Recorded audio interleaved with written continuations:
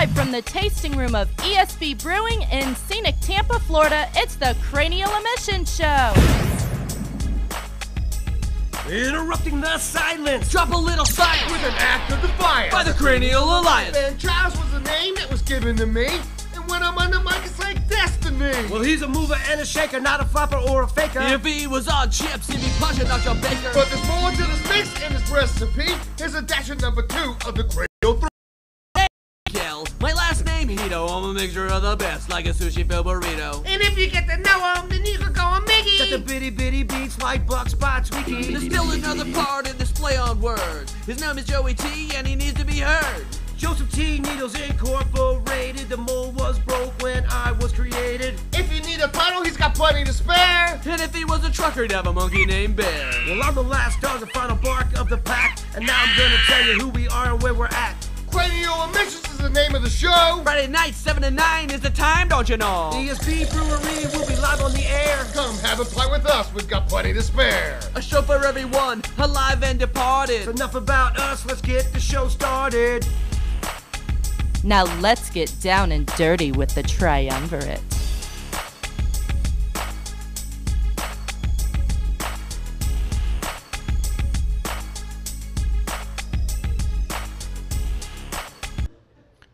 Welcome to the Cranial Emission Show, folks. Coming to you live from the revered halls of beer greatness that is ESB Brewing, located at 333 North Falkenburg Road, Suite D407 in Tampa, Florida. We, the Triumvirate, Ben, Charles, Miguel, Hito, and the Reverend Joey T, bring a program to you tonight that is sure to amuse. Good friend and resident language expert of the program, Stacey Cheese, will join us later to educate us on exactly how to understand the mystery that is the Cockney dialect. Some out there refer to Mr. Cheese as a master cunning linguist, but I digress. We stand before you ready to brave the often treacherous territory of news and sports from around the world with the help of the 15 beer taps we're surrounded by. So let's get started, guys. Let's get started. Yes. Now, one thing I wanted to ask you guys about, I was a little jealous of this. Yeah, you should be. Well, I was quite a bit jealous of this, actually, was the Lightning 10th anniversary game that you two mofos got to go to, where you got the rings. We got the rings. You guys got the bling. Yeah, we get the awesome bling. I've been telling people since I got it that I was part of the team. I've been telling people that I was. Man, I was an equipment manager or something. That's what I've been calling. Did either one of you bring the ring? I didn't because I tried to send some people after it, but they couldn't. You didn't bring the bling? They couldn't find either one of them. I knew how jealous you were, man. I wasn't. You already lost your damn ring. I had to pick up Big Bear today, man. I didn't have time to remember it. The vociferous Big Bear, the VBB, in the house. The producer extraordinaire, the Wunderkind. Das Wunderkind, yeah. In the house. But yeah, apparently this 10th year anniversary, this was for the Lightning commemoration of the Stanley Cup. Right. Torts was in the house. He was, and he actually came out on the ice. Well, he spent the night with the team before. Wow. That is really loud outside. He spent the night like hanging out with the team before. They had a nice couple of days to really soak it in, and Vegas actually had odds on him coming out on the ice before the game, which was ridiculous. Vegas makes some pretty stupid odds about stuff, but he came out, man. He showed how respectful he was, and how valuable he was to that team during the Stanley Cup year, which is really cool. Yeah, he got a big applause. He got huge applause. Yeah, I mean, the everybody. biggest than anybody, really. Yeah. Even now, Anderchuk might have been bigger, but it was the only close second. The only one who wasn't clapping was my friend Sean, who's not a really big hockey fan. So we're gonna have to break him in. Yeah, it might have to be through violence. He got a ring, Ben. Think about that, and he's not even. He's not even a hockey fan. He loves basketball. That's okay, guys. You guys can mock me. Sucks for you, nerd. You can mock me all you want, but my boy Chuck, hey, we will. He's got some feelers out. He's working on it. He's trying to get me some hardware. And I deserve it, man. I've been going to I had season tickets for the first 11 years. Yeah, I don't know if Miguel remembers the one. Thank you, Charlie Brown's parents. When we were that, I'm sorry, I thought that sounded like you for a second.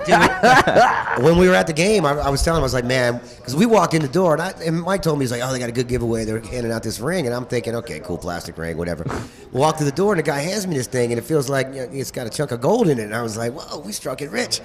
And then first thing I said to Mike was, man, Ben Charles is going to be upset. He's going to be like, I've been going to the games since Expo Hall back in the day, damn it. Yeah, and during prep, what did he say? He goes, man, I've been going, I spent all this money, blah, blah, blah. And I was like, I know you pretty well, man. In all seriousness, bro, I was there for year one when the sellout was 10,625. Did you go to Game 7 by chance? I did. I was there. So was I. Yeah. Section 109, So baby. where the hell's my ring? Well, bend over, I'll show you a brown one. Oh. Hey, they didn't, you should have showed up for the game. You were probably chilling out on the couch. Well, I don't recall getting an invite. It was from you St. guys. Patty's Day. I figured they'd be going out, so I called people that I didn't know if they were going out or not. I knew my friend Sean wasn't really doing too much, and I said, let me call it a GIMP. It's interesting because you look at the rings now, they've already got them on eBay. When we were talking Tuesday, getting ready for the program, we saw rings selling for what, $50 on eBay? It was $40. The lowest one was $40, but now they're up to $100 and something dollars. So yeah, well, I figure there's only 20-some thousand out there, right? What's a sell out there? 22,000. About 22,000. So yeah, that's a lot of rings, man. Yeah, they had one for everybody, so I mean that's all that's out there, and they are really cool, man. I mean, I was pleasantly surprised. Are they exact replicas of what the players got? I think the stones are actually rectangular in the Lightning's ring. Okay. We'll have to actually look up the. Yeah, I don't think they're not real jewels, are they? They're family's jewels. Oh, are they? Okay. Now, in other news, last week, if you listened to the show, there was a reveal by Felix Cal, who called into the program, and Lou Bob apparently was not happy about the reveal.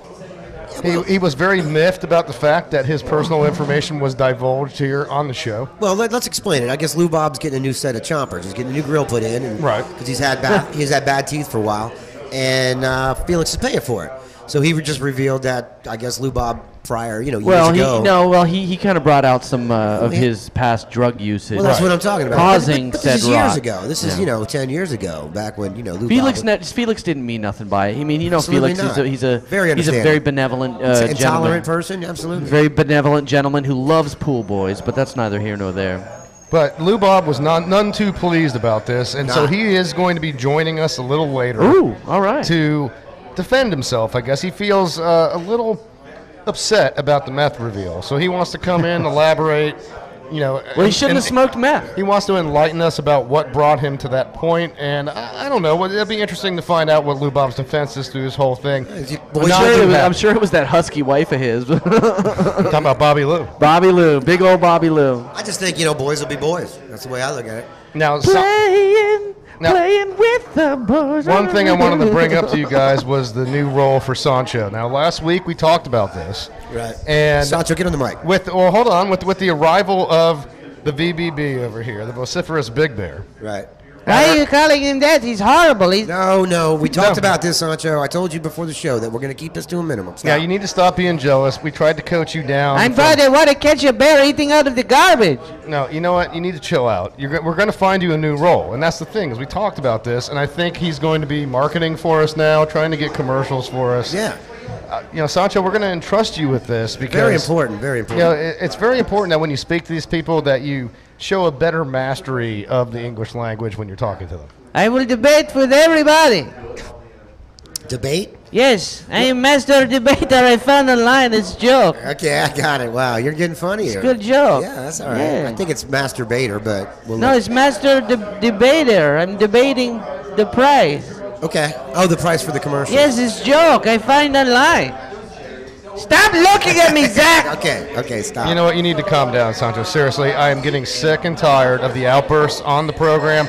You need to learn how to control yourself. He's making face behind your back. Maggie, turn his mic off. But he can't turn mic behind my... There, thank you. Okay, seriously. You need to... Look, if you're going to continue to have outbursts, you're not going to be part of the program. I've been trying to put him on a leash, but he's just acting the fool. All right, calm down. Listen. The VBB is in the house now. He is the new producer, the Vociferous Big Bear. Dude, Get used to it, Sancho. You're no longer a producer. You've been replaced by a man who has far more mastery of the technology that we require. So we're going to give you a new role. Just chill out. And speaking of new roles, He's melted your penis. speaking of new roles, Sancho, or not Sancho, I'm sorry, Nelson. Nelson's got a new role. Has requested a new role. A new role. And we've decided to give that to him. He didn't ask us about this at first. He just assumed that this would be okay. Yeah, I need to text him. He's been texting me crazy all week and seeing if we okayed it. So I haven't texted him back, but we are going to allow him to do it. Well, I thought we agreed on Tuesday when we met up, right? Yeah, we did, but I just wanted to make sure it was all clear. So we're going to allow him to do it. Okay. Nelson wants to do a bit for the show. Nelson Man on the Street, I believe, is the working title. Right. For the segment that he wants to do. So actually, I think it's called Ben. I think it's called Man in the Street. Yeah.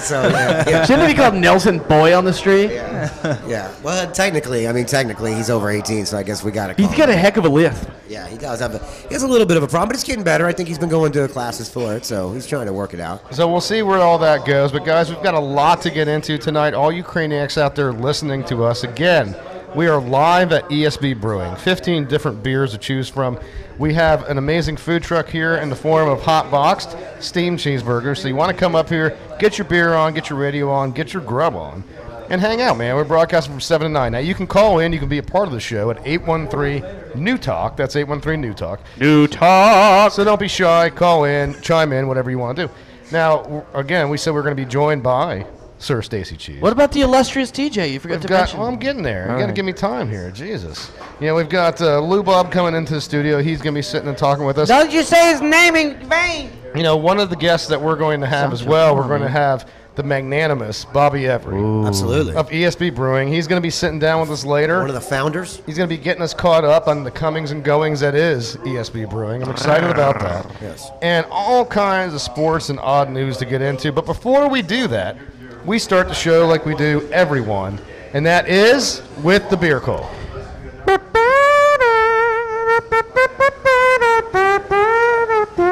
Beer call. So you went jazzy this time, huh? Yeah, man. I was trying to go with Love Boat, but I forgot the tune. Yeah, you totally messed up. But that was pretty good jazz. It's exciting and fancy free. So what are you drinking there, Joey? I'm drinking the Pirate's Gold. Yeah. Now, I noticed this time we actually have 3 different beers to choose from. And we're trying to do that. We've got somebody coming in here with a It's a little grimace. Wow, look at that. I think I know who that is, actually. I know exactly who that is. I've got a feeling of who that is. It's a lady with the great shoes.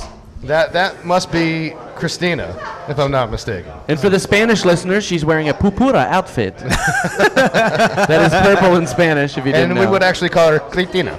Cristina, hello, how are you? See, that was definitely her. We just revealed it. That was pretty good, guys. Thank you.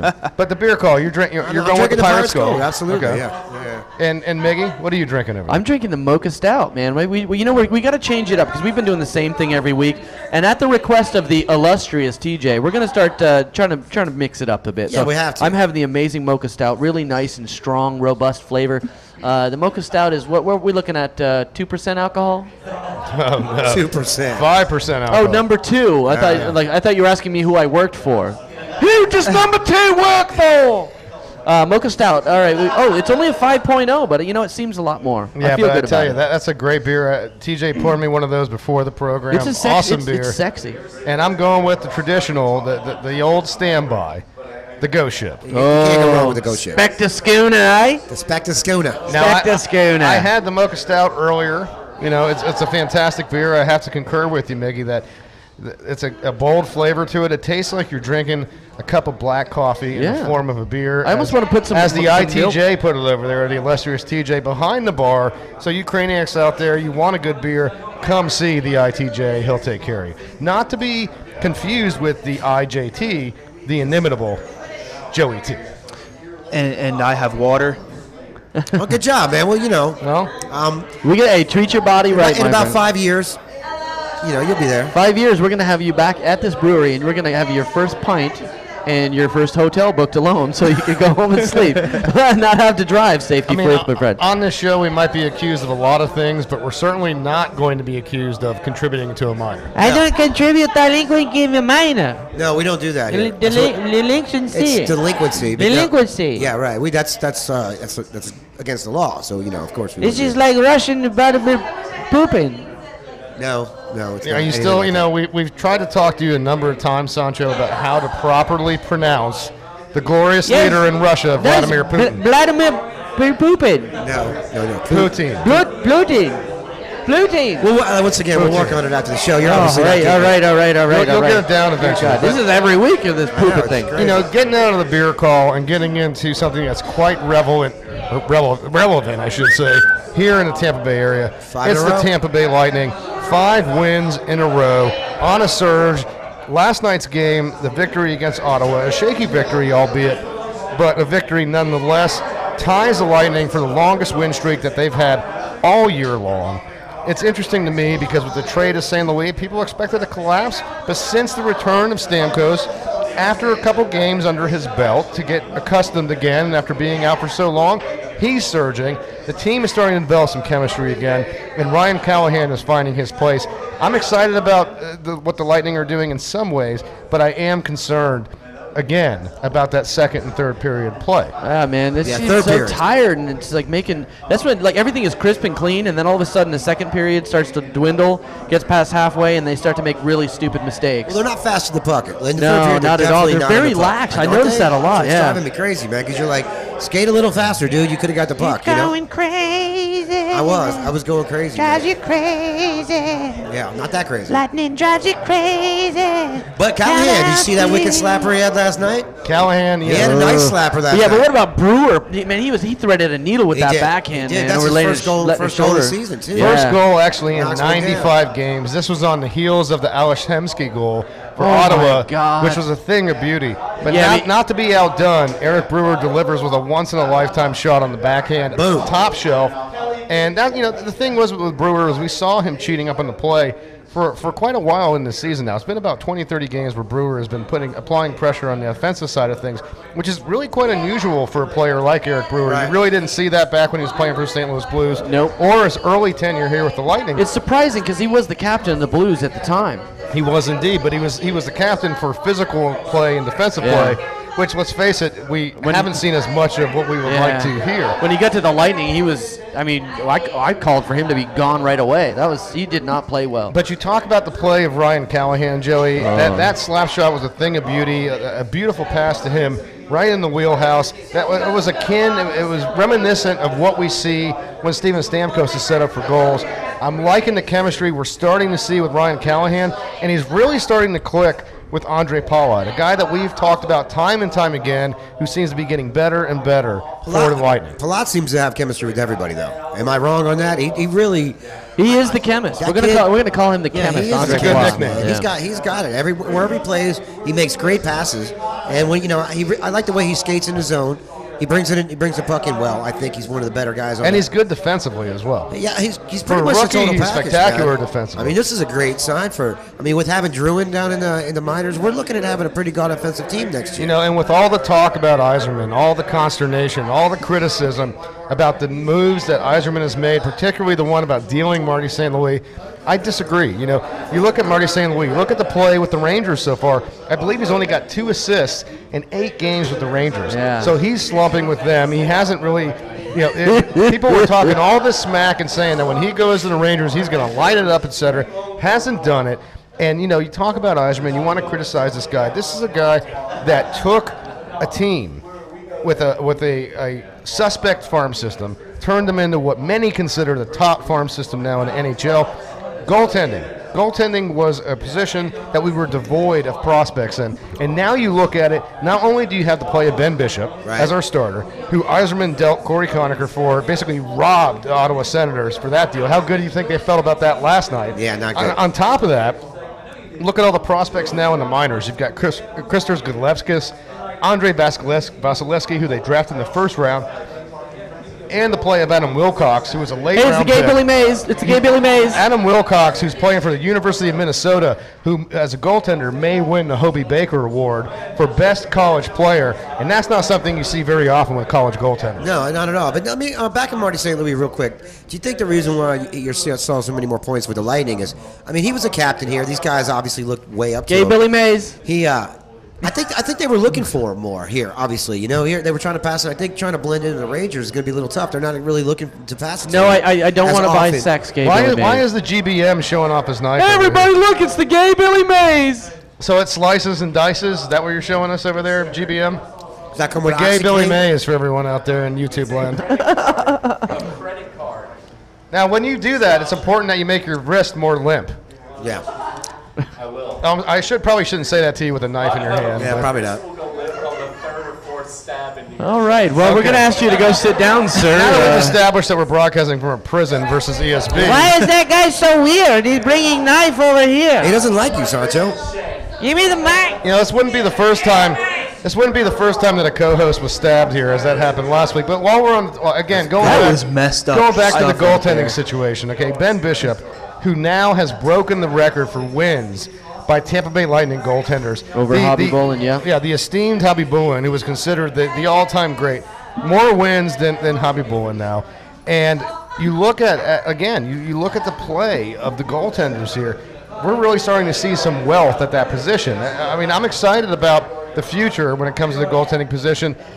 And with the moves that Yzerman's made by dealing San Luis, adding Ryan Callahan, not just adding him, but adding those 2 picks. Again, we load up for the draft. And look, one of those picks is in that 2015 draft, which is supposed to be amazing. Yes, there's a lot of good guys At this coming up point, through I that think one. we're ready to start loading up at the defensive position as well. And that's one thing they need to get after. I definitely think that's good. Yeah, but correct me if I'm wrong. I think Bishop has more wins this year than in games he's ever played in a prior year. Well, yeah, he's never played that many games in the That's what I mean. season. It's incredible. He's The never- amount of wins he's had actually surpasses the amount of games he's ever played. He's top 5 in every category. I will tell you that last night he looked really fatigued. He did. In the third period, he looked really tired. I But mean, they were- he's played, 58 games already? But they were pelting him, dude. He was. I know. He played really solid. I watched that game all the way through. I would say he did give up a softie. That one. Clark MacArthur goal. He didn't see it. Little suspect on that one. All right, but you're If you're allowed one of those after the pelting he took last night. How many shots on goal? 35, 37, wasn't it? As the North Koreans would say, a rot.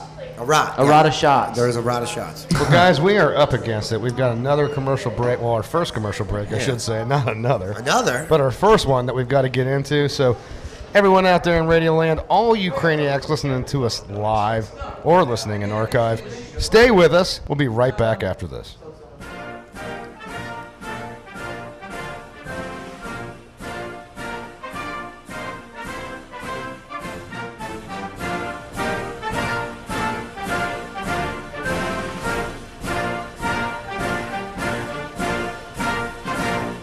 Hey fellas, ex-President Bill Clinton here, and I'm excited to introduce to you Billy Bags, a novelty condom company created by yours truly. My inaugural line will be sure to smoke all competitors. I call it my Commander-in-Leaf series. That's right, boys. It's time to dress to impress and slip that beef into a Commander-in-Leaf. These condoms are made to resemble the finest cigars and come in all sizes. For you poor bastards sporting a roll of dimes, I suggest to you the Rothschild, a tiny condom guaranteed to fit your little willy nice and snug.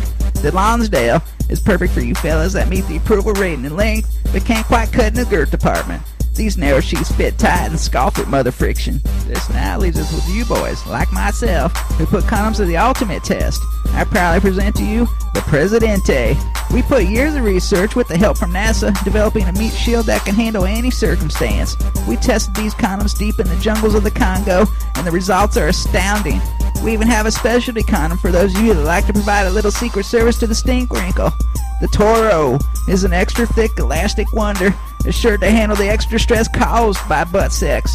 Unfortunately, Rothschild customers won't be able to extend their jurisdiction to these, so we suggest to you, just use your finger.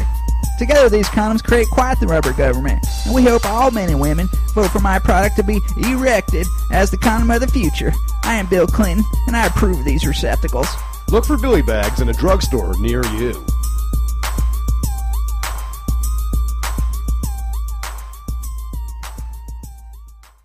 It's superfan Felix Cowell here for the Cranial Emission Show. If the words triumvirate gets you sparky in the South, then listen to my boys, Ben Charles, Miguel Hito, and the Reverend Joey T. Friday nights from 7 to 9. Smooches. That is the super fan. Thank you, Felix, for bringing us back into the program. I noticed he didn't say mouth hugs. He didn't. No, not on that station ID. But you are listening to the Cranial Mission Show, coming to you live from ESB Brewing, located here in scenic Tampa, Florida, 333 North Falkenburg Road. Come here, get a choice. D407. Thank you. Come here, get a choice of 15 different beers to choose from. Grab yourself a cheeseburger from Hot Box Steamed Cheeseburgers. And, just come hang out. Check out the show. We had a great crowd here last Saturday hanging out, checking it out. Everybody gave us a good response. While we're on hockey, though, guys, a couple more hockey things I want to get into. One story regarding the Florida Panthers, a team that's been beleaguered by all kinds of financial issues. This was a team we talked about in the past that was losing $100,000 a game, according to the new ownership group. And now, in a move that frankly surprises me, especially on the heels of Jeffrey Loria and the moves that he made to secure money from taxation, the moves that he's made, the move that Loria made to finance that stadium now is going to be replicated, if you will, by the ownership of Florida Panthers, who are seeking $80 million in tax subsidies over 14 years from Broward County. Now, this is surprising to me that they're actually going to go out and try to get this after the Loria incident, which has really left a bad taste in Miami citizens' mouth, so much to the tune of these city councilors are saying no to this $80 million subsidization. And you got to look at this. With the Panthers, is it time for them to move? You look at the desire to do some realignment. You look at the fact that they're talking about expansion in NHL. They need, let's face it, they need 2 more teams in the West. They're talking about adding Seattle. Are you going to see a situation where the Florida Panthers move? I say yes. And I wouldn't be surprised if Florida winds up moving to Quebec City. I would laugh my serious ass off if Luongo... You can say ass, by the way. All right. I would laugh my ass off if Luongo had to go back up to Canada. I would have fun with that because Luongo is a smug little prick. Can I say prick? Damn it. You can. All right. Yeah, as long as you're talking about pricking your finger. You can't finger your... He is a smug little pricking your finger. I believe you can prick your finger. You just can't finger your... Anyway. To clarify this, they're asking for subsidies, meaning they don't want to pay... They're not asking for money outright. They want to not pay taxes on 80... They want to withhold 80... No, they want to be subsidized for the financial losses through a taxation plan through Broward County. No, they actually want money from the taxpayers, or are they saying they don't want to pay taxes on money made at the stadium? No. They want money through taxation from the taxpayers because of their financial losses. Here's a really crappy product, and we want you to pay for it. But it is a product on the rise, though. You look at the moves made by General Manager Dale Talon. He is, look, let's face it, Dale Talon was the guy that turned around the Chicago Blackhawks. He's always done with Florida.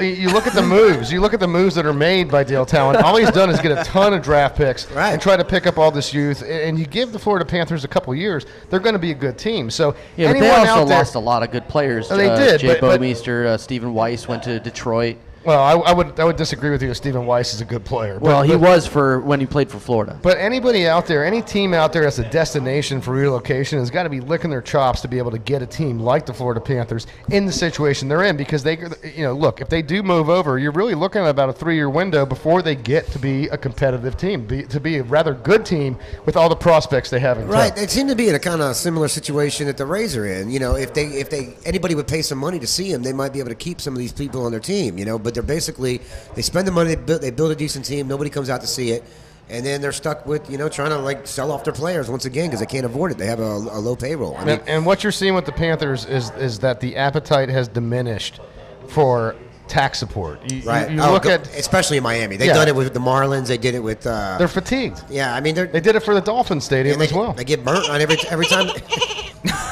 Yeah, they get burnt. Thank you, Flipper. Thanks. Now, in other hockey news, I thought this was interesting. We see another female goaltender make noise here in the NHL hockey world. Well, really the men's pro hockey world. Last time we heard about any kind of female goaltender playing in a pro league, it was Manon Rhéaume back in the day for Tampa Bay Lightning. But Shannon Sabatos makes her men's pro hockey debut. And granted, this wasn't a league of great. It was a minor league professional hockey team. She won the gold medal with Canada against the United States with a hell of a performance, I might add. So I'm excited to. I'm not even sure. Is size an issue? She made 27 saves. In a 4-3 loss. Oh yeah, they lost 4-3, but that's okay. She made her debut with the Columbus Cottonmouths. This is a league that is kind of a lower tier league, but look, it's still a notable Still thing. the pros, It's I mean, still a notable yeah, thing, yeah. right? The SHL, sort of hockey league. Yeah. Well, let me ask you. Actually, it's called the Southern Professional Hockey League, which I don't know why they call it that. It's like Considering Georgia Columbus is anything but South. It's like but Georgia that's what they Championship Wrestling. Yeah, Tommy Wildfire Rich, man. That's what I'm saying, dude. But listen, now, is girls hockey, is the goal the same size? Yeah, it's Same dimensions? Yeah. So, I mean, size is definitely, she knows how to play it, but, I mean, you got to figure, she's half the size of a lot of the goalies. I mean, a good 50 pounds lighter. That's Yeah, I gonna mean, have she some kind of mentioned that effect. also. I mean, she said she was going to. I mean, it's awesome. I think girls should have a chance to compete with absolutely. the men. And she did obviously fairly well. 27 saves. She only got scored on 3 times, which is a 4 times. If she lost in a 4. Forgive me. 4 Yes, times. That's not really not that a bad performance though. Come on. No, not horrible. I mean, they could have scored 6. I Yeah. guess. Now, while you're talking about performances, who can forget the halftime show in the Super Bowl last year? I speak of MIA. She's from Miami. Isn't that what it says on your luggage when you're going down to MIA? That's what I heard. Actually, she's from India. But that's where she got her name. She's of Indian descent, grew up in London. But 2 years ago, if you remember, MIA flicked off the fans at the end of the performance, causing a big stir about this. And now the NFL, this is amazing to me, but I guess I shouldn't be surprised considering the litigious nature of the NFL. The NFL is allegedly suing MIA for $16.6 million for the finger incident. Now, Zack is actually playing that on the screen for those out there listening. Ridiculous. And you was this Roger Goodell that handed down that? Oh, he was a former lawyer. And you know where they're getting this number from? They're getting it from the amount of sponsorship money they could have accrued for the time that she performed in the halftime show. That's where the number's coming from. So they're not even looking at any fines because What about the nipple incident for Janet Jackson? How much did she get fined? Well, let me tell you a funny story. I had a buddy of mine when he was I younger. thought it was fine that she did it, but how? So did I. Oh, yeah, I bet you did there, little. Hey, Betty, wake this junk on this. I'm sorry. Yeah, hang on a second, man. This friend of mine was years ago was on the Oprah Winfrey Show. His mom actually wrote a book that had to do with how lyrics and stuff. And this was around the Tipper Gore time with the PRMC, if you remember that, the PRMC. Yeah, remember that they were putting banning labels. Well, he was actually on the Oprah Winfrey Show, and the reason he got on there is because his mother was in support of Tipper Gore and her stuff, and I remember Jello Biafra from the Dead Kennedys was on there. And my buddy played just his person on the show was just a rock and roll listener to, and he dropped an F-bomb on the air. And from what I understand, they weren't only able to beep it out in certain places, and in other places they didn't get to beep it out, so that he actually cost the network a ton of money. They said that like every place didn't beep it out, they had to come up with like a cash payment of like $5,000 to pay off because of FCC fines or whatever like that.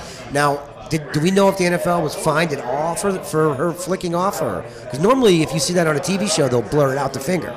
I love how they won't see an actual finger. They get up in arms over. They get up in arms about a middle finger, but yet they show girls' lower buttocks at regions on TV shows. They say the S word and all kinds of other stuff. I think it's effing ridiculous, if you ask me. I actually have a different opinion of it. I think they gave her a great opportunity because I think she sucks as a rapper, and I think that this was the best opportunity she'll ever get out to this many people, and she kind of screwed him on it. Now she was trying to be, she does what everybody wants to do. Well, she was trying to be provocative. She's trying to shock the whole world and of course. Sell a couple albums. Well, I hope she sold 16.5 million worth of albums off that middle finger. I think she should have to pay it or something. I think she screwed the NFL, who gave her a good opportunity, man. I got to be honest. Now, I mean, I look at it. Look, I mean, with MIA, you have to know you're getting a controversial artist. In the past, she's made many, anti-American statements. It's not like this is new for her. You put her on that stage, you have to be wary of what you're going to get from her. And look, this is the biggest stage she's going to have from an international level. But she has played to many a crowded room and has done quite well as an artist. So I look at it like, maybe she should be fined or sanctioned in some way, but they didn't pay her. First of all, you have to consider the fact that after the show, they didn't pay her for what they originally promised because of that one finger salute. So are you going to take it further? Now you're going to try to sue her for $16 million? To me, it's extremely excessive. Can I bring in Allen Iverson right here? It's a middle finger, man. A middle finger. Really? A middle finger. A middle finger, for God's sakes. You're talking about practice? You should hear the stuff people are saying in the stands. You think a middle finger really bothered the people in the audience, for God's sakes. No, that's not and the you got point. Beyonce's crotch hanging out, all nasty, and she's making these nasty faces, and they're worried about a middle effing finger? No. But I get it. It's not the people in the stands. They didn't pay the bill. The people that hired her to do a job don't like the fact that she stuck a middle finger up, and they probably told her we don't want any aggressive. She did 99.99% of her work. Dude, it doesn't matter. If I'm working for a company and they tell me don't stick your middle finger up in front of our customers, and I do it, and they fire me, that's what I get. And if they want to sue me later on because these customers don't want to come back to the store because I ruin them, they have every right to do it. Now, are they going to get $16.5 million?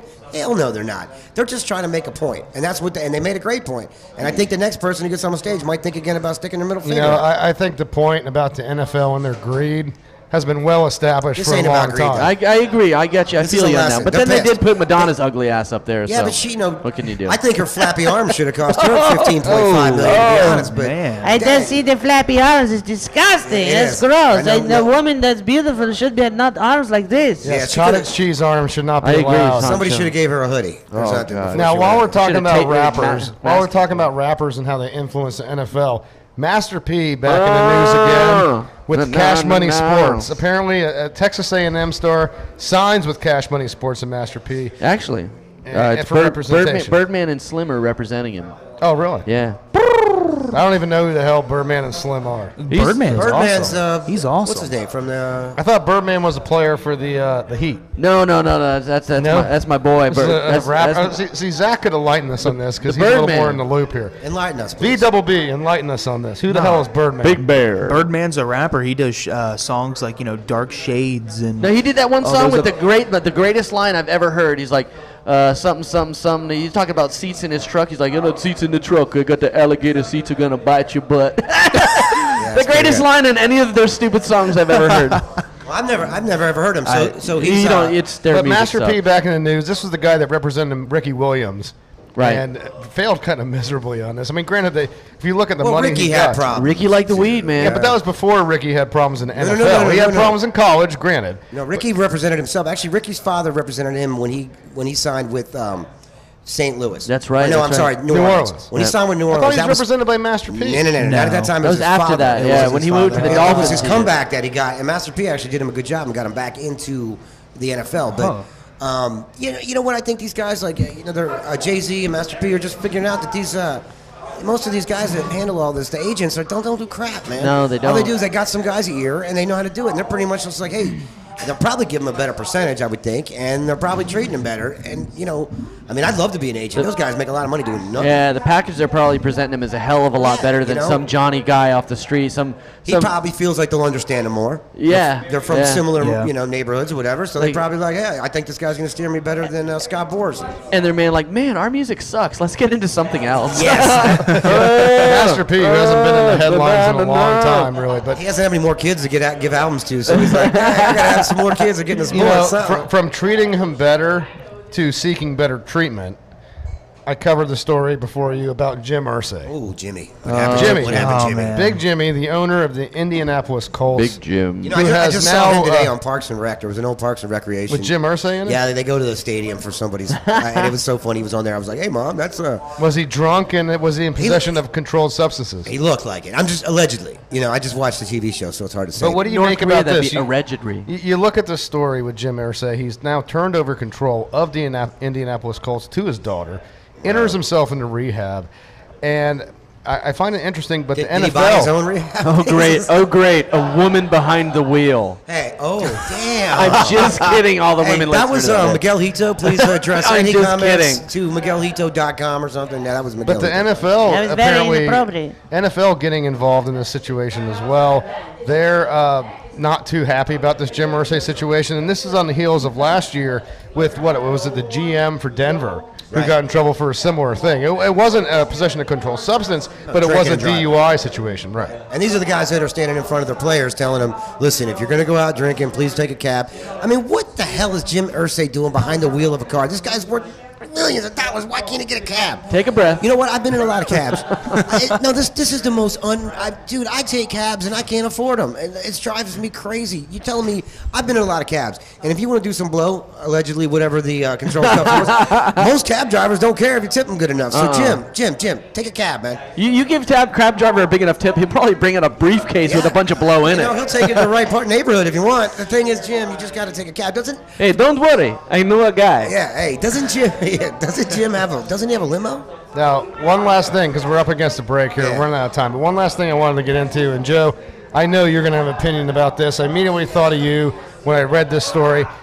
A Cubs sports psychologist was fired after spending the last 3 years with the pro organization. And what makes this notable? Now, typically, when a psychologist gets fired from a sports team, you don't hear anything about it. You don't hear a murmur about the situation because, frankly, nobody cares. But in this instance, it's much more interesting. Why? Because this guy was granted his own locker in the locker room with the Cubs by ownership. Now, I find this peculiar, but it gets worse from there. It gets weirder from there. He participated in batting practice every day, and at one point they found him standing in the tunnel slapping high fives after wins. Now, it's interesting to me that he's a sports psychologist, and yet clearly he's in need of one himself, in the sense that he feels like he's actually part of the damn team. It sounds like he's a jock sniffer. He sounds like he's a jock sniffer. Hanging out and wanting to sniff a few jocks. Look, kid, I can understand that if he's helping these guys through some whatever problems they're going through that. But don't they have an office, like an empty office somewhere in the stadium? They can be like, okay, here's your office. Why does he need a locker? I would be a little freaked out if I was a player, man. I'd be like, why? Well, and the players were. You know, he probably tried to do. He probably goes, I really need to immerse myself with the team. Yeah, but it's crap, dude. Because if you're one of these guys who like went and talked to him and actually said some things to him that he might be off the record and you might not want your other teammates to know about if you're having some problems here or there, you probably don't want to see this guy right before you're going out to play a game. I'd be like, yo, what's the guy who's got all my secrets doing? I agree. But you think they're really divulging those kind of secrets to that guy? Dude, probably not. But it doesn't matter. You guys should have an office somewhere. You go see him when you need him, and if you other than that, you shouldn't see your psychologist unless somebody required him to be there, which I'm pretty sure nobody did. And one of the outfielders of the Cubs, Nate Shireholtz, he questioned the notion of a psychologist melding into the clubhouse. I mean, let's face it, this is supposed to be a sanctuary for the players and the coaches, right? And it really violates that feeling. I mean, you got a psychologist in there. You got to feel like he's taking notes of everything and anything that you do. That's what I'm saying. Yeah, I mean, and then he's got a. His team. He's hired by the team, so he's got a voice to the ownership or managership. He's the GM asked him stuff about this. I mean, it wouldn't be the first time there was some coercion or actually people looking at people in their time off. So yeah, I think it's ludicrous, and I'm surprised he stayed there as long as he did, and that they allowed him in the first place to even do it. That's just odd to me. Crazy mofo. Well, guys, we are up against it. Going into another commercial break. First 40 minutes just flying by. Can't wait to bring you back to the next segment, because when we come back from commercial break, Lou Bob Jenkins will be joining us in studio. And after that, we will have our good friend, the master cunning linguist himself, Sir Stacey Cheese, to join us. Mr. Cheese. So, guys, out there listening, all you Craniacs out there, stay with us. We'll be right back after this. Hello, this is Dr. Rajay, Bangalore board certified plastic surgeon, and I have a message for the growing number of older men out there. Have you ever felt an excruciating pain in your stomach? Do you believe you have an ulcer only to find out you are sitting on your testicles? Have you developed a rash on your beanbag from dirty locker room floors? Up till now, Zack scrotum syndrome, or triple S, has been an affliction many men have just had to live with. Life without triple S is no longer a fantasy. I have developed a new amazing scrotum rejuvenation therapy. Throughout a series of operations and an exercise regimen, I can give you back the testicles of a 20-year-old man. Let's hear from some of our elated patients. For the last 30 years, I've just wanted to die. My scrotum was so much like burlap, people thought I was competing in a sack race. Since my rejuvenation, I'm now ready to take my piggy to market again. Thank you, Dr. Raji. After almost suffocating my wife with my enormous droopy matzo balls, my friend Moish told me about Dr. Raji's testicle rejuvenation. Yes, it took several days of operations, but it's not like I had anything better to do. But now I'm able to take Goliath down with my sling. Mazel tov, Dr. Raji. So call me, Dr. Raji, at 1-800-555-SACK. to begin your transformation today. Hi, I'm Herschel Cohen. When I moved from the old country to New York and finally to Tampa Bay, it became harder and harder for me to find authentic kosher sandwiches.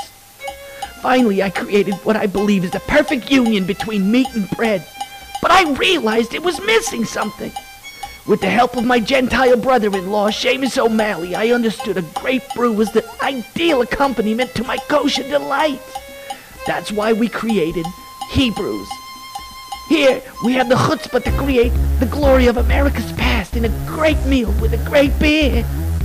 At Hebrews, we bring together bagels and lox and beers and shamrocks. Oh, the ultimate mix between two separate cultures in one set of taste buds. Along with Seamus's tremendous zeal in the 12-step program, we're able to merge our Judeo-Christian palates. Don't dine where prices make you say, oy vey. Eat at Hebrews, where your wallet will say, okay. Oh.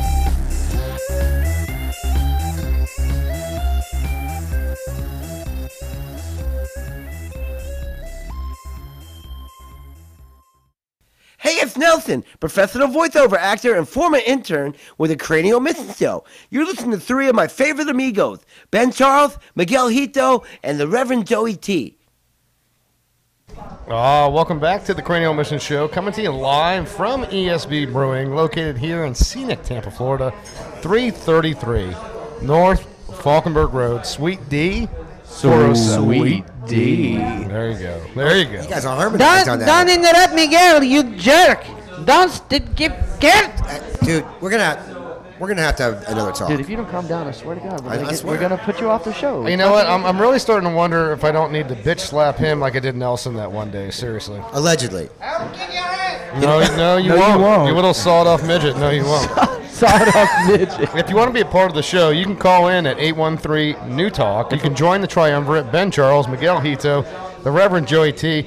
To start this segment off, we are excited to bring in one of our favorite contributors, that is Bob Jenkins. He is going to sit down with us because he is determined to clear his name after the allegations, reportedly, that Felix Cal, the superfan, made about him. So without further ado, let's just go ahead and bring him in. Yeah, Bob, come on in. Come on, sit down. Have a seat. And as the World of Warcrafters would say, this is a little spin on it. Bob Jenkins! You don't want me to sit over here? Want me to sit down right at this table? Yep, sit right there, dude. Come on over. Okay. Hey, Lou Bob, how you doing? You back from Europe? Hey, Joey. You know, it is good to see you. I mean, I traveled far and wide and endured an incredible amount of brutality. You're still a bit swollen, man. Look at your face. Well, that's just because of all the carbs. You know, I drink a lot, guys. Yeah. You know that. I like to indulge in and out a lot. And you know what? I'm kind of upset about this because, you know, while we're talking about indulgence, it just bothers me because, you know, Felix came on. I thought he was my good friend. And, you know, look, don't get me wrong. I appreciate the fact that he is getting me a new grill. God knows I need it. I only got 2 teeth left. But you know what? I don't appreciate these meth allegations. I mean, what the hell? What am I, Breaking Bad or something? Goddamn. Walter, easy, Walter. Well, listen, I mean, you know, we love you one way or another, and we know you know, you've had an interesting past. We know you did a little time in lockup before. Yeah, Felix is fond of you, and we don't care about that, man. I mean, if they're not true, we'll set him straight. I think he was just going by what you told him, according to what he said. So, I mean, is it untrue? Did you not smoke meth as a youngster? You've always been a pretty honest guy with us, man. I mean, it's we're not going to fault you for it. We love you still the same. We're very tolerant. Listen, guys, you know, be that as it may, yes, okay, maybe there was a little bit of meth use, but that was a long time ago. Okay? And since then, I have gotten my stuff together. Right. And you know what? I don't need to have that brought up. I mean, that was a private exchange between me and Felix. Well, is that the only private exchange? No, okay. Hey, watch your mouth, Joey T. I'm sorry. You know, you're supposed to be a pious man. I don't know why you got to harass me like that. I'm sorry. That was out of line. He who without sin cast the first stone. Yeah. Thank you, St. Peter. Appreciate that. Hey, I love you, buddy. I'm welcome when you're back. Now, I mean, Lou Bob, you've obviously endured a lot, having come back here to the States from that incredible beating that you sustained from the KGB during that interrogation. Sounded gruesome. And I understand that now you're here locally. I understand. Well, yeah, that's right, man. You know, I'm staying here locally because I was a victim of circumstances. And, you know, while I was kidnapped with the KGB, I was unable to pay my mortgage for my lot at the trailer park. I mean, you know, they don't take that kind of stuff into consideration. I mean, I think I should reach out to the Geneva Convention on this one. Well, I don't think you were the Geneva Convention doesn't really have anything to do with that, but and you really weren't a victim of circumstance. You were evicted by circumstances. Yes, and that makes a lot of sense. He was evicted by Miss Cleo over there. What's her name? But I know you got your camper in my backyard, and things are going pretty good, right? We got you set up pretty good. We got. I didn't think the Subaru Brat could pull that thing, but man, that thing is a hoss. Dude, the Subaru Brat's not doing it. It leaked a lot of oil bringing that trailer down. Oh, did it? Yeah. Oh, Hey, you know what? I've tried to stay out of your way, Joey. I have tried to be very inconspicuous. Okay, Yeah, you have and look, it's a nice fifth wheel. It's not that bad. Okay, I mean, yes, I've got some tape on the windows. Yeah. You know, but hey, I've tried to rehab it. I needed a place to stay. I was forced to move. I was forced to mobilize quite rapidly. And I appreciate all that you've done for me. So thank you, Joey. Yeah, no problem, man. And we've been talking to. I know you had a little problem with Felix, but I'm sure when we talk to him, he'll apologize because he's a very tolerant person. He has no problem with people's past discretions or any of that. I'm sure he didn't mean it the way he said it.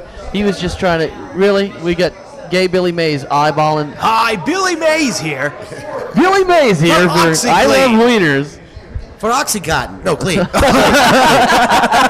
My fault. But so where do we go now with this? I mean, Lou Bob, you're in a situation where you no longer have a place to stay in terms of permanent. Right.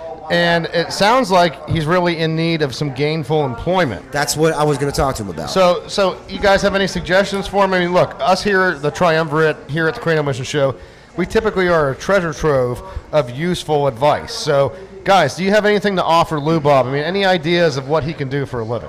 Well, he's obviously, Lou Bob, you're a pretty tough guy. The beating you took, from what it sounded like, and Anatoly was telling us, and Felix said, man, I think you could be some kind of security guard for, Ben Charles, for all of us. I mean, T and C. Yeah, no. Listen, guys. I am actually talking to people about doing security work now.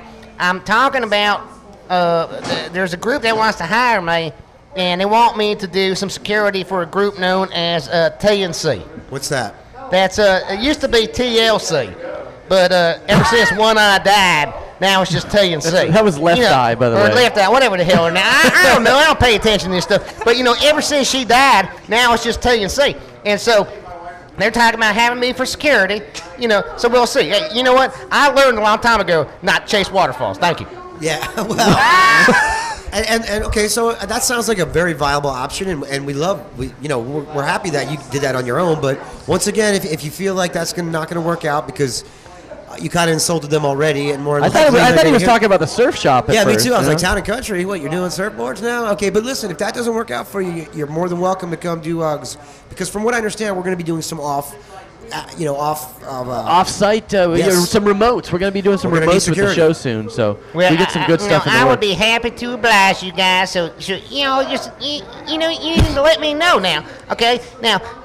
If there's a job opportunity out there, I am the man for you, okay? I am a hard worker. Yes, you are. And I don't do meth anymore. So I just wanted to let everybody know that, just to clear my name, okay? And at this point, I think it's time for me to go because it looks like you got some limey in here who wants to sit down and talk to y'all. So. Wow. Well, Lou Bob, you know what? We welcome you back, man, and we're really sorry you had to go through that. But you know what? We did warn you about Pussy Riot. We told you do not talk to them if you run into them, but you went ahead and go ahead and talk to them anyway, so... a little bit of that beating might have been a little bit on your side there, buddy. You know what? Ever since then, I am xenophobic when it comes to foreigners. You're xenophobic. Ain't that what the word is? It's xenophobic, but that's okay. Okay, that's sorry. That's very close. You don't like aliens. Well, guys, it was a pleasure to be here, and I'm going to turn it back over to you, Lou Bob. Well, take care, buddy. All right, well, thanks, Lou Bob. Well, Thanks, Lou Bob. Lou Bob Jenkins, the resident show redneck, and I'm glad we got that cleared up. I mean, he shouldn't be mad at Felix, now. man. Yeah, Felix has done a lot for him. I think he's still swollen, man. His face looks still busted up. You know what? As we are exited by a man of some people, a man that some people might say has a low degree of culture, we are now proud to bring in a man that is quite cultured. This is a good friend of the program. We refer to him as the master cunning linguist of the show that is known as Sir Stacey Cheese. Now, he is a friend of the program, as we said. Not only is he a friend, but the entire Cheese family is a friend of the program. God save the Queen. So, without further ado, let's bring Stacey in. Stacey, say hello to all the Craniacs out there. Good evening to the Craniacs and good evening to the Triumvirate as well. It's good to be here. Thank you very much for coming in tonight, brother. More than welcome. So get up on that mic just a little bit more. No, he's Try not to touch it because it's kind of gross now. This does seem a little bit awkward. It's quite close to my lips. Yeah, it feels like that at first. You'll get used to it. Get used to it, sweet man. Oh, dear. Now, Stacey in the past has helped us with a segment we've done in the past known as Conversations with the Cockney. Brought to you by Patrick Stewart. Exactly. Patrick Stewart, who has never failed to seize an opportunity to inject himself into it. Of course not. I'm the great Patrick Stewart. Exactly. Thank you. Who are you again? Patrick Stewart. Thank you. So, without further ado, I think it's time to get into what we refer to as Conversations with the Cockney. This is a bit that we do here in the Cranial Mission Show where we enlighten you, the listener, the Craniac out there, in terms of how to interpret a resident Cockney, because let's face it, it's a language that's very difficult to understand. So what we're going to do here, guys, is we're going to give you a scenario between a Cockney young man and someone who speaks the proper Queen's English. That's how you say it, right, Stacey? I believe that's accurate. Okay. Yes. Ben, so may I am Patrick Stewart. I present this, please. May I? Obviously, you insist, so go ahead, Patrick. Go ahead and present it. I am the great Patrick Stewart. You may know me from many, many, many movies and TV shows. Tonight on Patrick Stewart Presents, it's Conversations with a Cockney by Stacey Cheese and some crazy Cockney. Okay, so without further ado, let's get started. Aye, I was going to hit the rub-a-dub tonight, but well, let's sort of see. Lost me an awful dodger, didn't I? So I need no Duke, Kent this week. Got a little bread and honey you can lend me? Ah, quite the pickle, yes. If I'm catching this correctly, I believe what's happened is you've lost your lodger, which means you're low on money, yet you still wish to go to the pub and drink. How much are we talking here? Well, gonna need a Godiva for the sherbet both ways, like. Probably out on centre for me Ruby. Gotta have Ruby. Bobby Moore, 2 Forsyths. Don't need to get old Brom's and Liz tonight. How about we say a bullseye? Ah, a bullseye. So, again, very good, because I believe you're taking £5 both way for a cab, so that's very good of you. And an Indian meal, I believe, is going to require £10. And then you're looking for 2 20s for lager, which apparently is not enough to get you drunk, which is quite interesting. So, yes, what's in it for me to give you £50? Me Richard and the Fez China will be there. The one with the huge George Best and a bit of brass door, eh? Oh, hold on. Are you saying that if I give you £50, then I'm going to get to come out with you, your girlfriend, and your girlfriend's best friend, who apparently is well endowed in the tracks department and is very loose on morals? Well, sir, I'm in. Grab your coat. Dear God, Patrick Stewart only presents the best of a Cockney jargon. Thank you very much for just enjoying a night with us. This is Patrick Stewart, the great and illustrious Patrick Stewart, not TJ. Good night. Okay, no, Stacey, don't leave. Don't leave, because we want to actually have you sit in for the rest of this segment, because we'd like to get your opinion on a couple things. As we've said before here on the Cranial Mission Show, Sir Stacey Cheese is known as the master cunning linguist of our program here in Tampa, Florida. And, this article that comes up after this is a story we want to talk about. Wanted to get your opinion, Stacey, on this as well. We have read a story about what is considered the most annoying word in the English language. Yeah, this will go. This is, of course, you're an English bloke. So that is true. So it'll go right up your alley. And the word that we found. I really don't want you up my alley. He doesn't want it up the alley. That can be uncomfortable. Well, you never know how it goes, Sometimes you might like it, Sometimes you tickle the old stinker, All right, let's get out of that one. That sounds a lot like Lemon Party. So, lemonparty.org, actually. Hold on. Oh, good. No, don't hold anything on. Please, Please don't bring that. Oh my God. So apparently there's a bunch of words for this year that are last year, considering it was 2013, that came up. Whatever was one of the main words that people just really don't like to hear. Whatever. I mean, what do you think? That's a pretty crappy word to even hear. Now, Stacey, I'm interested to hear your opinion on this, because to me, this is a word that really seems to be exclusively American. I mean, not that whatever hasn't been used by in other English-speaking territories, but in terms of the sarcastic use of it, if you will. It seems like that is exclusively American. I believe you're going to have to educate me on, does anyone have an example of the usage of this word, whatever, outside of the usual English usage? Well, there's two different ways, and that's what I was going to say. Sometimes you hear the word, and if somebody was like, do you want a Ferrari or a Porsche? And you could say, whatever. That's not that annoying, but if you were to say... obvious, you'd have a Porsche. Right. Or you could say, hey, I went to the Lightning game and got this really badass, like, replica ring, and somebody that didn't get one would say, yeah, whatever. No, actually what he would say is, let me correct you. Actually what he would say is, whatever, I've only had season tickets for the first 11 years, but you know what? You guys get one and I don't, so whatever. Hey, we're working on that for you, dude. We are working on that for you. We are working on that for you. So basically, the when it's annoying is when it's said in that sarcastic thing, like, I want to tell you something, you're just like, whatever, I got no care about it. And that's when it bothers people. Now, seems like an obvious jealousy term to me. Yeah, it's like Girls from the Valley. Like, I got this great boyfriend, he's doing so awesome for me. Like, whatever. That's pretty much how you might want to hear, like, oh my God, you're such a bitch, whatever. Yeah, I think that's generally when it's used that people are annoyed by it. Yeah. Because there could be like good times. But it's extremely dismissive in every single way that you're discussing it. Well, it's pretty much like waving your hand off at somebody. I think it really plays to the entitled culture that we live in now, particularly here in the States. Yeah, and I mean, there's a couple of other words that really top the list. Of course, selfie, twerking, and hashtag were up at the top. I mean, who the heck loves to hear hashtag this or hashtag that? Well, God, I'm going to punch hashtag every one of my tweets. I'm going to, I'll hashtag a punch right in your face. Hey, you get it, Mickey. You tell him who's the boss, buddy. Wow, he's all right. Well, anyways. All right. Anyway, moving on. One more story to get into. We're going to have to bump one of the stories into the next segment, but one thing to get into here, I thought this was interesting. Very interesting. The current president of Colombia. Now, he is doing a stump speech. He's trying to get reelected. And in the midst of all this, he urinates himself on stage while talking.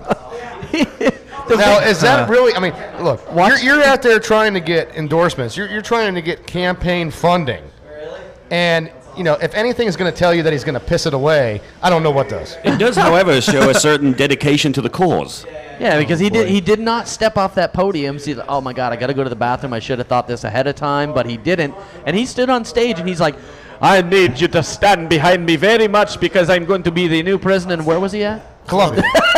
That was very Eastern European, by the way. Whether you like it or not, I'm going to piss my pants. I'm not from Colombia. I'm from somewhere in Eastern Europe now. See, this is the reason that Scots speakers wear kilts, because that way no one can tell. It's just straight on the floor. There you go. See, I always wondered about that. But, you know, you got to think this guy, maybe he's trying to get sponsorship from, say, Depends. Maybe this is a ploy. Or maybe he's trying to get the company that makes man ponds. That's what I'm saying. Maybe this was a ploy. He's not done well getting anybody else. So he's like, if I pee myself, he's going to get some kind of sponsorship. Apparently, the diaper lobby has great power in the Colombian government. Who knew? Or the Saturday Night Live Oops, I Crapped My Pants company.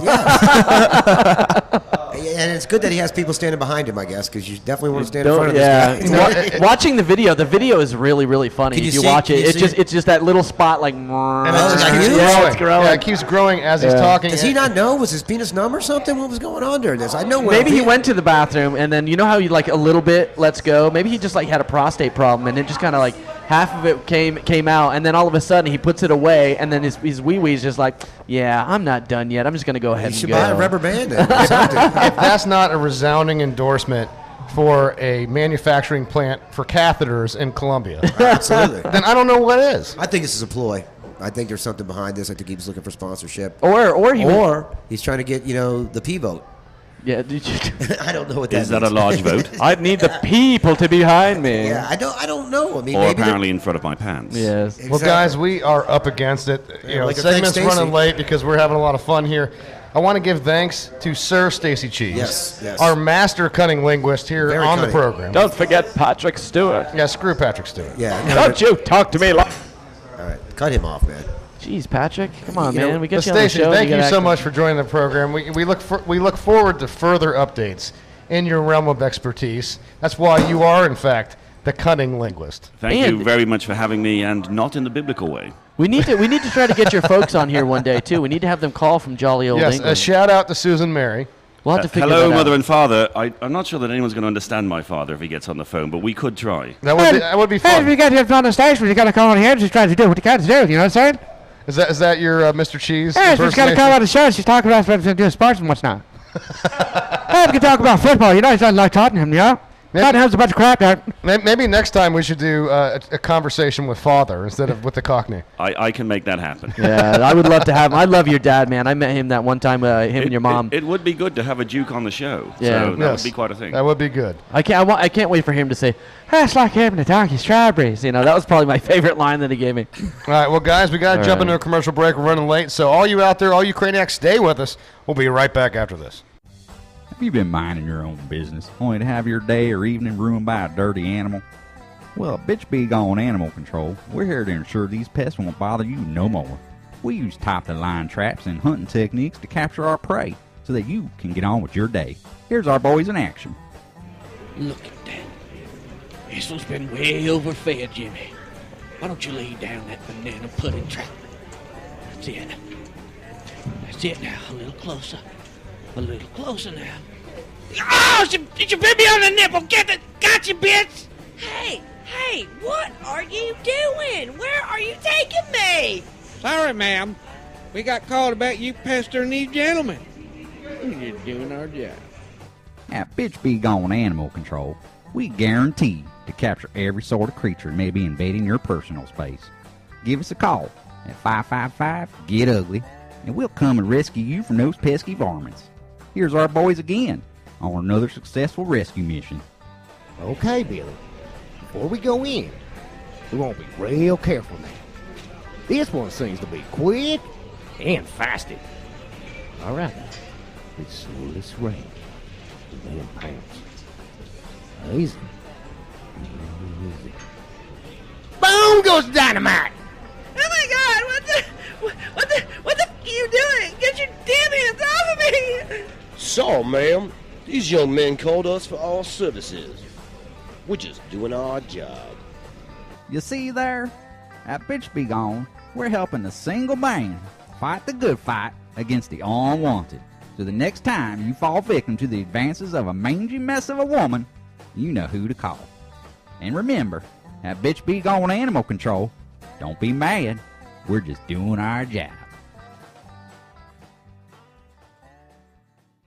Hi ho, it's Kermit the Frog here, listening to the Cranial Emission Show at ESB Brewery. Hey, just remember, it's not easy being green. Welcome to the second half of the Cranial Mission Show. I'm Ben Charles, joined by Miguel Hito and the Hello. Reverend Joey T, the inimitable Reverend Joey T. We've got our producer extraordinaire before us. That's the VBB, the vociferous Big Bear. Now, later in the segment, actually not this segment. Hello, what Yeah. about me? What about you? They never introduced me anymore. No one really cares about you. You are trying my patience today, Sancho. So I have excluded you on purpose. No. I'm about to smack you down if you don't shut up. No, It's over. why? It's 'cause I've you learned suck. the error of my ways. Have you? Zack, I'm sorry. Oh, really? Ben, Now- I'm sorry. You're and sorry? Miggy, I'm sorry. And Joe, I'm very sorry. I acted very inappropriately. Okay, so you're want starting to to see make- the light. Yeah, but I was blinded by the light.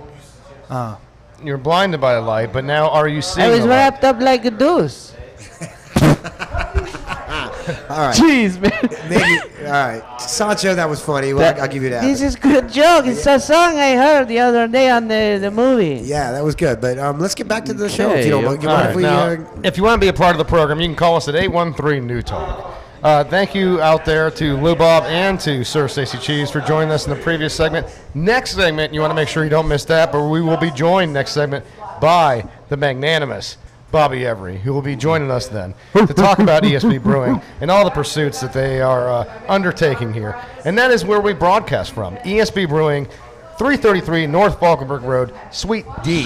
Sweet D. 407. A cacophony of support over here, if you will. Cacophony. A cacophony, not a cacophony. Zack, that is Mickey's part. Not for you to say Sweet D. I'm going to kill you. No, I'm trying to be respectful. You are pissing me off. No, I tried to tell you respectfully. Yeah, but you've been doing this for a long time now, and it's time to end this. You had done 3 shows. That's it. Okay, listen. You know, you were very contrite, and now you're starting to let that Latin temper get in the way again. I'm Breathe. sorry, Deep I'm sorry, breaths, I'm deep sorry, breaths. it's And fine. turn his mic off. Nobody wants to listen to his heavy breathing. No, Seriously. I tried. This isn't a 1-800 number. Just turn his He's damn mic He's off. going to go break into another one of those black trucks that he got all that stuff from last week. Yeah. Okay, well, you still shouldn't have broken into the car. Seriously. Anyway, moving on. You know, while we're talking about, actually, that's a good segue, Zach, because Thank you. This is a segment about crime. We'd like to get into crime here on the show. We love it. And in this instance, we have a couple Wow. stories that are really, we should consider franchise-related crime, if you will, restaurant franchise-related crime. Okay. And the first franchise I want to get into are the crimes that have been committed just this week alone at McDonald's. Now, first one I want to get into. Mickey D's. You got to be careful when you're at Mickey D's. Now, granted, you got to be careful when you eat what they actually consider food. But afterward, it's a problem because when you eat what they actually consider food, which is anything but, you quite quickly afterward, typically before you even finish the meal, have to dispel said food. Now, this woman decides to go into the woman's laboratory, if you will, and is pursued. It's lavatory. Thank you. All right. Is followed by a gentleman, Jasmine Johnson. This is a woman that goes into a Memphis bathroom at a McDonald's, and she's followed by Ronald Henderson, 28. Enters the bathroom. After she goes in, decides to crawl under the stall Ronald, to get a peek at what's going on. Now, it's bad enough they tried to do that, but what's hilarious to me about this is he gets stuck. He crawls under the bathroom partition, and he's so obese that he gets stuck for the cops to easily apprehend. That's a huge bitch. Wow. So he decided to not only follow her in the bathroom. He's a creeper Which is too, a problem, man. Look at this you know, guy. Which is a problem to begin with. You really shouldn't be going to women's bathrooms if you're a man. He wants to crawl under to see what she's got going on underneath there, huh? That's some creepy stuff, dude. There's some weird people out there, man, and very they're bold. only getting weirder. And too. you look at a picture of him. This is the mugshot of him. You can see on the camera. Oh, my God. On the He looks- computer. he looks I should stoned. have given you a picture. What's his Unfortunately, name? His name is Ronald Henderson. Okay. But the guy looks totally stoned out in the picture. Well, you know what? His name was Ronald. Maybe he think he had some ownership of the McDonald's. He's like, hey, I got the same name. What's up? Yo, Ronald McDonald, my bathroom. I'm checking it out. I don't know. I'm a little surprised. Did he have any excuse for his behavior? Or was this just I was trying to see some... He looks stoned, as people can see up on there, man. He does not look like he's in the right frame of mind. Instead of a beached whale, you're looking at what we could call a partitioned whale. Right. As he's stuck under the bathroom Hey, partition. actually, and that's him. Yes, hey, that is the picture. We yes. could have called him a breached whale if he actually would have got in there, if his fat ass wouldn't have got stuck in there. Wow, that's creepy, There man. he is. That's the mouth breather himself. You know, from LSD, the quite stoned Ronald Henderson. Yeah, LSD in the meat to creepies walking under. Well, I guess that'll teach you not to go into McDonald's if you're a lady, you know? Now, if you are a fan of McDonald's and you have a bitchy girlfriend, be careful. Because when she asks you for something, you better damn well order it, okay? I speak of a woman that asked for a McFlurry, and when she was told no, responded in kind by trying to set fire to her boyfriend's vehicle. That's incredible. So this was actually thought out. This wasn't one of those things where she just like punched him in the face. She lit his car on fire for a McFlurry, huh? Sometimes bitches be crazy. Now, do we know if this was a money thing? Was he short cash, or was she a big woman and he didn't want her to put any more calories on? She asked for a McFlurry. He told her no, flatly. And she decided that was an excellent opportunity to retaliate in kind by grabbing a can of gasoline and dousing his car and trying to set it on fire. She had gasoline around? I guess she had a spare tank ready just in case someone said no to her desire for a McFlurry. So they're driving up to the McDonald's, and she's like, man, I swear to God, if he says something about if he didn't give me my Flurry, I'm going to take this gas can out of the trunk, and I swear to God, I'm going to burn his car to the ground! What's really bad is I actually know someone like that, too. Really? Talk to us. Let's hear it. What do you got? Well, she's wanted to make McFlurry for like the past week, and I haven't gotten one, and she's threatened to like beat me up, never talk to me again, et cetera, et cetera. I'm like, wow, you... Hey, angry woman. Hey, let me just go ahead and say that's probably that. You know that flag that's on the side of the interstate, the big rebel flag up on 75 and MLK? Picture that flag being entirely red, and that's what's over that girl's head right now. That's right. Run for your life, Zack! Run! Run! Let this be a lesson Run to the you. other way, bro. We've been around a little longer than you, so we've learned to identify some crazy bitches, if you will. Symptoms, if you will. Yes. Or as we call them, the cray-cray. So, yes, if she's already threatening you, you need to move on. Now, you got to be careful, okay? In this day and age, we seem to be lacking manners. Manners seem to be, they seem to have been set aside. And apparently there's some people out there, some vigilantes of manners that we are unaware of. Now, case in point, there was a gentleman hanging out in a South Carolina Taco Bell. And according to a co-diner, if you will, it was determined that this man belched in the restaurant. Now, in response to that, this guy walks up to him, asks him, "Did you belch?" and assaults him for this crime. Now, what was weird about it is that the guy that supposedly belched claims he didn't, and this was just some random thing. Isaiah Morris, 20 years old, told cops that him and a friend were just sitting in a booth eating, and some random unknown white male asked if he belched, and didn't say excuse me, punched him in the face, and then ran out of Taco Bell. Racism. Racism. It sounds like this guy thinks he's like Captain Manners or something. Like, did he have a cape on of any sort? Wouldn't you call him Captain Cotillion? I'd call him busted up, because if he punched me for burping, I'd get back up. It'd be I would it'd be crush him, on. dude. I would crush him. It would be going down in Taco Bell. Yeah, I don't know. That's kind of weird. That's so Do you think this is one of those strange. What cases the where hell? these were like two teenagers who just recently learned how to compress air down in their bellies, were practicing burping, and were doing it quite often? Because, I remember being a youth and being kind of annoying, and I might have sat around restaurants going, bleh, bleh, Now, I have to tell you that if somebody decides to assault me in a Taco Bell for burping or not, they're going to be hurting far more than you are if you actually eat their food. I will put that diarrhea up in their rectum.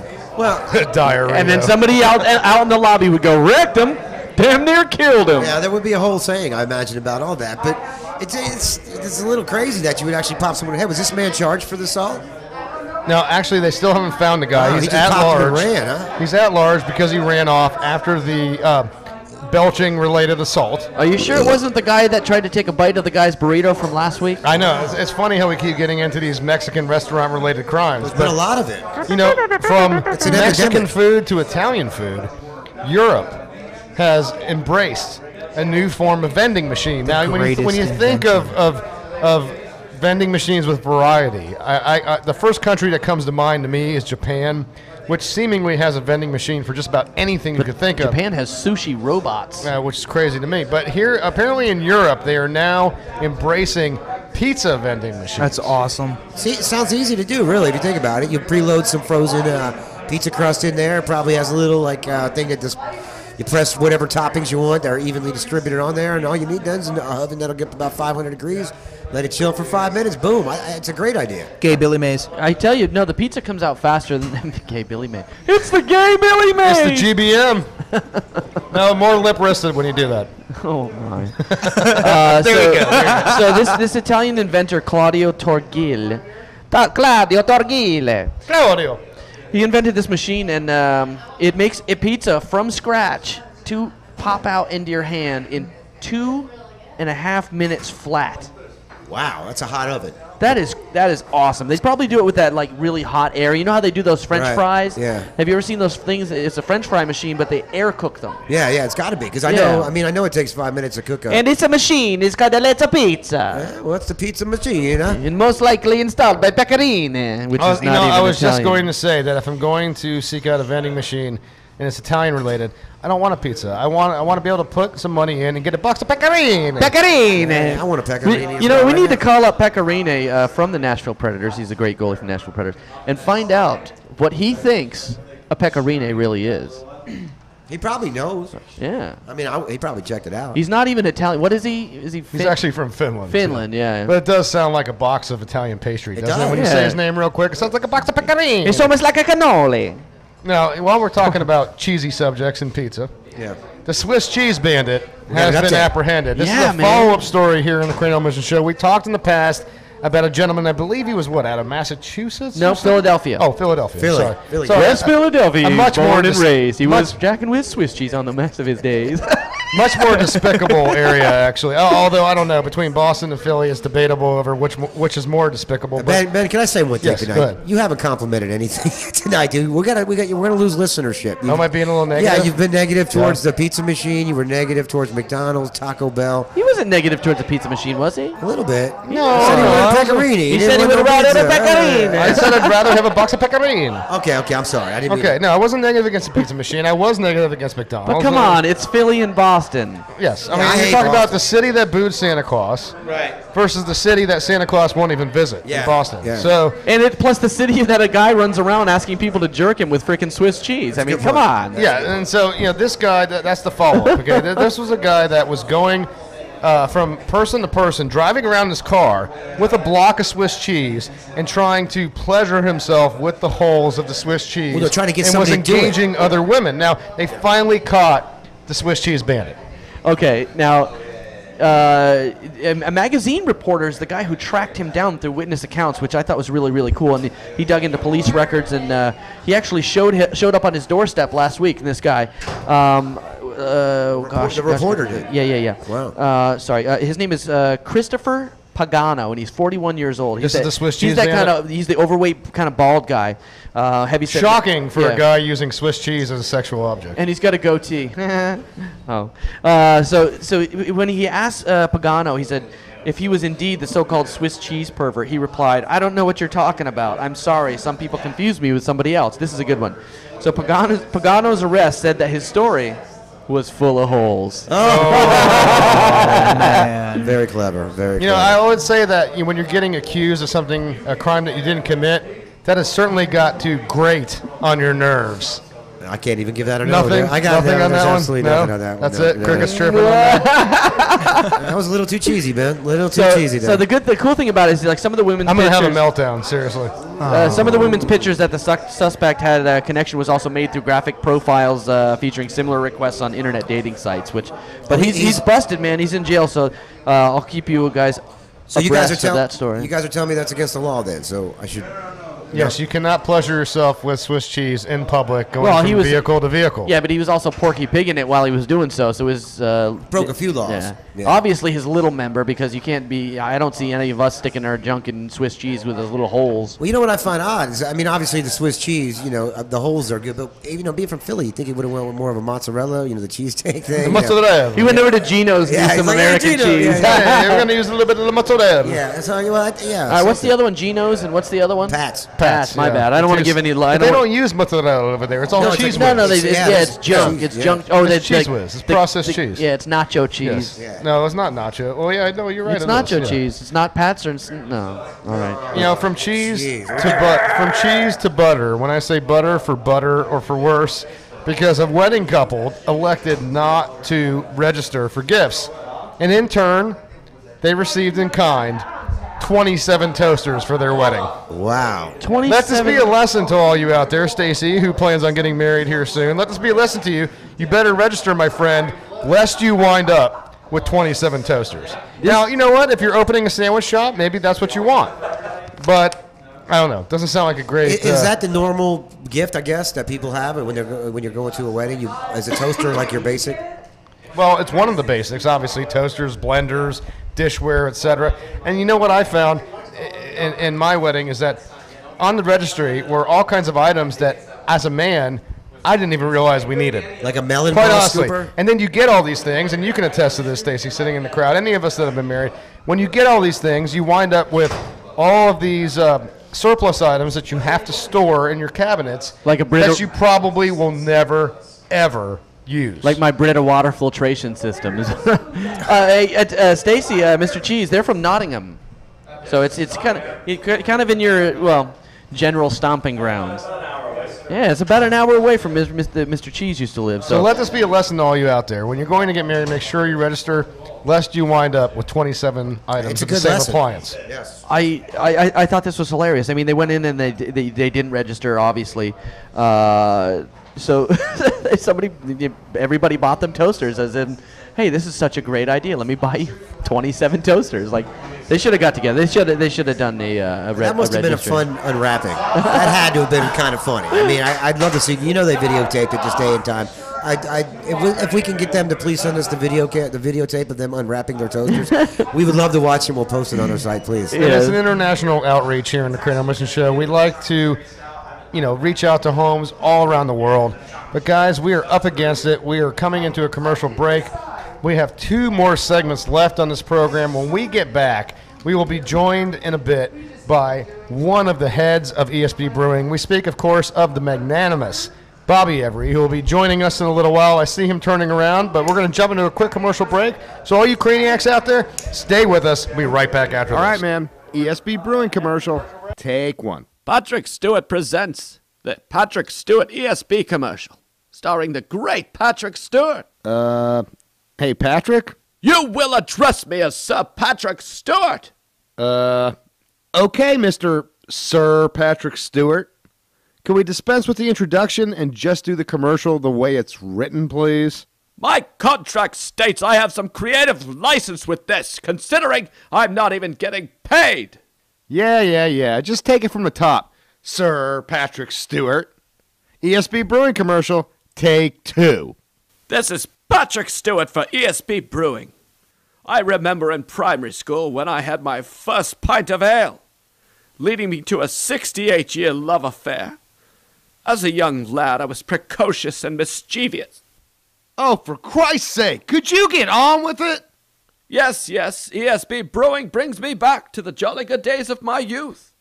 Visit ESB Brewing and purchase a cold pint today. And that's a wrap. Was that so hard, Sir Jackass Stewart? Mind your tongue, you barbarian! Pardon our advertising. At ESB Brewing, we spend our money on beer. Okay. That's the spot. That's the golden ticket. Grandmama, no! Have you ever been detected in the middle of self-gratification? The scandalous looks from family members and friends who have caught you in the act could lead to years of mental scars and embarrassment. The Fapper, an advanced masturbation protection detection device. Here at the Fapper Corporation, we are using Class A laser technology to build a safe and inconspicuous early warning alert system. Our patented Fapper system includes setup directions, 2 monitoring units, and a discrete earpiece that will alert the user before privacy has been breached, providing ample time to pack up safely. Contact us today and receive the Fapper system for only 7 payments of $777. But wait, there's more! Call now and receive a second Fapper system and 2 free big whammy shammies. Just pay separate processing and handling. Visit thefapper.com. The Fapper system was just voted Innovative Product of the Year by Sex Tech magazine. Hello, this is Professor Ptolemy Tyson for the Cranial Emission Show with Ben Charles, Miguel Hito, and the Reverend Joey T. The alchemy is legendary. Yeah, welcome back to the Cranial Mission Show, broadcasting to you live from ESB Brewing, located here in scenic Tampa, Florida, 333 North Falkenburg Road. We've got the magnanimous Bobby Every sitting down to join us. I am Ben Charles, joined by Miguel Hito, the Reverend Joey T, and the VBB himself, the vociferous Big Bear, as our producer. If you want to be a part of the show, you can call us, 813-NEW-TALK. But guys, I'm thrilled to bring Bobby in. And Bobby, we've got a couple a couple stories we want to talk to you about. We want to get your opinion on this because they are beer related. So I think that your opinion is valid, considering you are one of the co-founders of ESB Brewing and the incredible movement that is afoot here in Tampa with establishing all your beer taps in different bars here around Tampa. This story is interesting to me, but there's a brewery in a castle that allows you, reportedly, to swim in your beer. You can buy beer there, but they also fill up a pool at this castle that is a brewery, and they allow you to swim in it. Yeah, they fill it up with the leftovers. Now, this is in Schloss Starksburg, Austria. Okay. Now, you're given a chance to bathe in beer in the castle's underground vaults. 7 13-foot long pools are used to immerse yourself in warm beer. Dear God, we need to go there. The question is, do you get to drink it afterwards? I don't think you know somebody some jackass is going to be pissing in there. Only if the Swedish bikini team is swimming in it. That's the. Oh, yes, the Swedish bikini team with all blonde hair and blue eyes. Yeah. That sounded very German, actually. But yeah, I mean, it is something. If the Swedish bikini team is in there, then I would think you do want to drink it. But you know what, Bobby? While you're swimming, you can drink while you're swimming. If you're doing the breaststroke, you go down into the water, you take a breath, you go back down, you take a sip, you pop back up. Now, Bobby, could you imagine, taking 84,000 liters of your beer and allowing people to swim in it? No, I can't. I really. It boggles the mind. Hey, we will get there, but you know what? We'll set up a little dunk tank with some stuff that just doesn't cut it. How about something people can just soak their feet in for now? Just like a little, that bubbles from the bottom, and you can get like a foot massage. Yeah, man. I don't know. We could probably figure out how to wash your hands in it or something, maybe. Now, do you think swimming in beer is good for you? Perhaps? Absolutely. It would be good. Yes. For you. I know it's good for your hair. Skin. I've good heard for your hair. They say the yeast in the beer is good for your skin. It's like a lot of those little fish that kind of when certain animals will go in the water, like hippos, and the fish will eat off their dead skin and stuff. Right. Now, do you wind up getting a little more intoxicated as a result of swimming through the beer? I mean, does your skin soak up the beer? Yes. You would soak up some beer, and you would absorb some alcohol into your skin, and you would probably not very much, not enough to make you drunk, but sure. As that guy on Family Guy would say, "Oh no! Oh, that wouldn't be good." Now, another question I have. I just wanted to ask about your producer over there. Is he a linebacker for the Tampa Bay Buccaneers? And that's a big man. That's funny that you say that. Zach, take it away. Zach's a big boy. No, I'm not a linebacker for the Tampa Bay Buccaneers, although I would like to be. No, I got too many concussions. They won't clear me to play, so now I'm actually a football coach. Oh, I see. Hence why he is referred to as the vociferous Big Bear. He's iron tough. We call him the VBB, Bobby. Now, if I could ask one more question, and this gets it's a little weird question, but would this have a problem with, let's say, females with the amount of yeast that's in the come on. You had to go there, This didn't is you? a very doctor question. This is a legitimate question. Time out. Gay Billy Mays. Do you think there would be any issue? You know what? Listen, Joe. We don't want to muddy the water. Hey, this segment brought to you by Monostat 7. I think I'm going to refer to the medical doctors on that one. Okay, yeah, but because I know that dear God, that's a way that alcohol can be absorbed. It can be through snoochatastic purposes. Exactly, is what I'm trying to say. So all right. We'll move on. All right, well, moving on. Okay, and you can bet this is a different story because it is about a bet between Barack Obama and the Prime Minister of Canada, and this was over the Winter Olympics, where whoever won between the two hockey teams had to buy the other leader of that country a beer. Now, obviously, Team USA lost. They did not go to the gold medal game. Team Canada won that gold medal game, and now Barack Obama has had no choice but to deliver on said beer. Now, it's curious to me because as far as my recollection is concerned, this is the first time in a long time that Barack Obama has actually delivered on a promise. Yeah, he's actually got to deliver a case of beer after losing a country. Okay, hold on. 2 leaders made a wager, and the men's and women's Olympic hockey team, which both agreed that the winning nation chief would give the losing country chief a case of beer in each matchup. So the Canadian won both. Yeah, he won 2 cases of beer. And you know what? I just want to let you know, you still owe me a nice shiny quarter, Ben. Stacey just paid up the 2 shillings that he owed me. This is English money. I got 2 shillings from Mr. Cheese for me picking Canada to win it all. So you still owe me a nice shiny quarter, my friend. And you owe him a ring, so. I don't owe him anything. He didn't get to go to that game. You know what? That's fine. Not only will I give you a nice shiny quarter, I will. You can give me a nice shiny corner if you want. I don't even know what that means, but I will. Instead of a quarter, I will donate to you a nice shiny loonie. All right, I'll take a loonie. I'll take a loonie. Okay? So we'll give you a nice shiny loonie. But moving on. Okay, this was interesting to me. Instead of beer, you can now get fresh mountain air in a can that's sold in China. Now, if there's any country out there that needs a can of fresh mountain air, I'd be hard-pressed to find one other than China. On that, I was actually watching the news today, and a funny story. There's now Chinese government is actually selling insurance for people that come and visit for a tourist to Japan or to China. Rightfully because of the bad amount or the horrible amount of air pollution they have. You can actually buy insurance, and if you go to visit China and you can't see because of the bad smog, if you can't see the natural treasures, you can actually get your money back. China's offering that because their air is so bad over there now. It's like taking your mouth and well. No, dude, it looks like. Yeah, but it's taking your mouth and wrapping it around an exhaust pipe for a car and just taking a good deep breath, and that's pretty much what you're getting now because there's so much pollution in there you can hardly even see. Thanks for that mental picture. They have these huge projection screens in cities that show the sunrises because they can't be seen. And there are very few people out there that are an expert on wrapping their mouth around things, quite like Miguel Hito. Whoa, no. Oh, we're talking about Felix. Dear okay. God. I'm sorry. Moving on. Anyway. Give me a pool boy. Out of that story, into one last one. This was interesting to me, but 911 calls can be quite entertaining. But this one kind of takes the cake with this. Apparently, there was a bear on the loose, and this prompted a 911 call. But we find out that it was not actually a bear, not like our good friend Big Bear over here, but a bear that was actually a dog named Bear. Yeah, this guy got really freaked out. All of a sudden, this dog showed up in his backyard, and he had to lock all of his doors, and he got all freaked out, so he called the cops, and the cops got there. And it turned out it was a 150-pound Newfoundland. Wow. And I don't know if you guys know Newfoundlands, but they're a very strong dog, and it almost looks like a St. Bernard. It's that big. And this dog was super hairy and super brown. And guess what this dog's name was? Bear. That's what I just said. We already said what his name was. Okay, so sorry I don't know about why that. you're asking us to guess.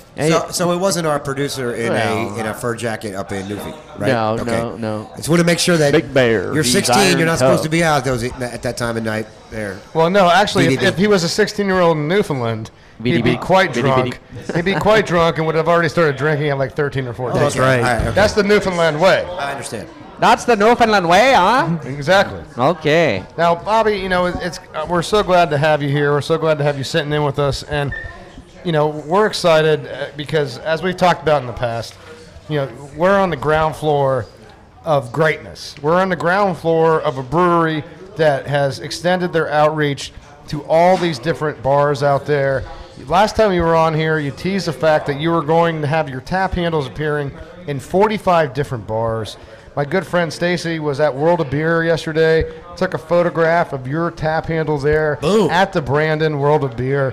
And so, look, we got to ask you, what's new on the horizon? What can we expect as connoisseurs of ESB beer? What can we look forward to in the future? Channel Side, Splitsville, the Poorhouse, James Joyce. Wow, really? Biggins, man, Biggins. Tina Tapas. Nice. Gaspers on the Channel Side. All those Gaspers are Grave. Gaspers Agave has Nice. Gaspers Agave wheat now. What? We're fixing to sign with another distributor. We're fixing to go to the I-4 corridor towards Orlando. We are about 30 kegs a week out of production. Nice. We're fixing to double our production.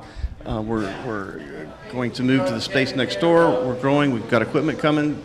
We're at 100% capacity. We're making beer as fast as we can make So it. you're going to be expanding, and I'm glad that you bring up that expansion because today on your Facebook page, I saw where there's some Florida legislation that people are trying to pass about restricting the ability of tasting rooms to provide their beer to all the people that enjoy it out there. And so I urge you out there, the listener, to go onto ESB Brewing's Facebook page, find the link to this, and sign the petition to rail against all of those out there that have this anti-establishment view of craft beers. I really don't like the whole anti-disestablishmentarianism. It's House Bill 1329, and it basically says that small microbreweries can no longer have tasting rooms. We are limited to our production. It puts a lot of requirements and stipulations on small businesses, and it's going to run some small craft beers out of business because of this. Now, we have a pretty good network in Tallahassee, and we're rallying around it. I've talked to several other breweries today. I went to Cigar City, and I talked to Madison, the head brewer there today. I talked to Florida Avenue brewer, the head brewer there today, and we're rallying around it, and we think that we're going to be able to stop it in committee. But yeah, it's pretty important to us because it's going to stop the small brewers, and it's only going to allow Budweiser and Coors and those big guys. And it's being sponsored by the distributors. Now, you said Budweiser and Coors. I thought you were talking about beer. Yeah, well, I know that's a nasty word here. Well, let me ask you. So you're saying that these are actually lobbyists from the bigger guys that are actually trying to get this done? They're trying because we're taking a percentage of the market from them. They're losing. The big boys are losing 5% of the market a year. Well, what's their argument? Why are they saying that you guys shouldn't be able to do this yet they can? Because they have money. They have money and they have big attorneys. Yeah, our beer sucks, and these guys are taking away our business. It's really good quality stuff. I mean, their argument is that you hold the same license. You hold every license necessary. I have the same license Budweiser has. That's ridiculous. Then, so we definitely we need people to sign this petition. This is I agree. It's already done it, my friend. Since this morning, we have over 1,000 people have signed our petition. Already signed off. Oh, very good. We're going to put this on our page, and we're going to go ahead and spread this as far and wide as we can through what we're doing here. What we can do is on the next show, we're going to start just putting that up. We'll put the link on there so people can start going that are watching our show and go to that link and sign that petition, because everybody who loves beer and loves craft beer, I mean, if any, Lou Bob is a whole new whole separate thing. He loves his Natty Ice, but or Natty Light or whatever he likes there. And it sounds like it's for anybody. Even if you like the Cranial Mission show and you want us to continue, because without the tasting room, that's ridiculous. We don't do our show. I mean, at the end of the day, this is more of that extended liberalism that we see, and this is not a political statement in terms of I don't support either party or whatever. But at the end of the day, we should, as Americans, be able to choose what we want and what we don't want, and we don't need a higher authority to mandate that to us. This reminds me, this is shades of New York City, where they're going to tell you how large of a soda you can have or not have. Now you're going to have people here in Florida telling you what you can and can't do with these breweries. And it's surprising to me because this is on the heels of a law that just passed 2 weeks ago to extend a larger growler in terms of what you can serve. So they gave you more authority in terms of the larger growlers that you can dispense, and now they're going to turn around and try to take away your rights. America! This is actually the same bill. The growler bill that you're talking about is House Bill 1329, and it allows us to serve in 64-ounce bottles out the door. Oh, yeah. We can sell 32-ounce and 64 and gallon growlers. We can't serve half-gallon growlers. So what they've done is they disguised this bill, making people think that, oh yeah, we're going to give them 64-ounce growlers now. But what they've done is they've tagged onto the back of this a lot of stipulations that really, like for instance, we're not allowed to grow. If we expand, then we lose our tasting room. Right, I saw that. Yeah. So this is a shell game. It's a show. Yeah, exactly. It's a disguise. They say, oh yeah, we're going to let you have this, but then we're going to take this away from you on the backside. So we need to get the word out there because we need these small breweries. This is a small business. You're employing people already, as small as you're doing. Yeah, we have five employees since December. So all in all, this is ridiculous. This is another attack against the small business in this country, and we need to stop it. I hate it. If you want to try to do something on your own in this country, it's like they don't want to let you do it. And if you look at society, American society, and why they've embraced, one of the many reasons why they've embraced the craft brewery revolution is because these small businesses out there are working as hard as they can to provide you with an alternative choice in terms of your beer preferences. Alternative superior choice. Thank you. Well, if you look back in the day, I know George Washington ran a brewery. It wasn't beer. It was actually alcohol. And if it wasn't for that, he probably wouldn't have been as successful as he was as a politician or anything. Yes, keep dancing right now, Gay Billy Mays. You should look at the screen right here and see what we actually have on the video for you. love Jorge Washington. Did you realize on the video it actually refers to you as the Gay Billy Mays live from ESB Brewing? What's the Gay Billy Mays for Coxsaclean? Whoa. Do not. Did you say Coxsaclean? Sancho, do not say that. What's wrong with the Coxsaclean? No. All right, well, guys, we're up against a commercial break here, so we got to get into it. But look, I want to extend a thank you to the MBE, otherwise known as the magnanimous Bobby Everett. Okay. Thank you so much for all your support of the Cranial Mission Show, all the hard work that you put into this brewery. The support that you get is well deserved. And if anything, there should be a further groundswell of support for you and your fantastic beer, my friend. Thank you for sharing this experience with us, first and foremost there, my friend. We at all at ESB want to thank you guys for having your radio show here. It's incredible, the entertainment value and the way that you guys put it together. It's really a kind of interesting thing that you guys are doing. It's very entertaining. Well, I'm glad you like it. Well, he said he wanted a good radio show. He got us, but hey, you got something. Well, guys, we're up against a quick commercial No, break. we have a good radio show. Thank you, Bobby. Appreciate it, Bob. Listen, all you out there, you Craniacs, stay with us. We're going into the last segment of the program. We'll be right back after this. Are you tired of sleeping on the floor? Can't afford to buy one of them fancy new mattresses? Lou Bob's used mattresses is the solution to those sleepless nights. Hi, my name's Lou Bob Jenkins, and I specialize in mattress restoration. I'm able to provide you with the highest quality light new mattress at an affordable price. Our patented, highly scientific fumigation and cleaning process is able to remove almost 90% of swamp-ass odors and urine stains. Some people say to me, "Damn, son, your prices are cheap. How do you do it?" Well, I tell them that's none of their goddamn business. But if you must know, at Lou Bob's Used Mattresses, we don't pay rent for one of them luxury strip mall stores. We'll bring our showroom straight to you.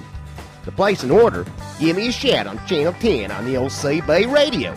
If I can hear you, you're within our delivery range. Look for Lou Bob's Primer Gray Subaru Brat in a trailer park near you. That's Lou Bob's Used Mattresses, serving Greater Alachua County. Are you tired of riding public transportation and bumming rides from friends? Let Wang & Wanda School of Driving get you off the bus and behind the wheel. Wang & Wanda will help you get your license with one easy lesson. Our instructors are as good as it gets when it comes to operating a motor vehicle. Wang has years of experience from driving in the most populated areas in the world. And Wanda's defensive driving skills are second to none with her lifelong experience of driving in the hood. Take a listen at these two in action. Okay, roll your speed. Turn your brake on and take a left at the right. Which is it? Left, right? I said right at right. Off at the rubber guard. Pull over and let me drive. Safety always comes first with Wang & Wanda. Okay, honey, just give me the left lane. Let's keep it at 40 now.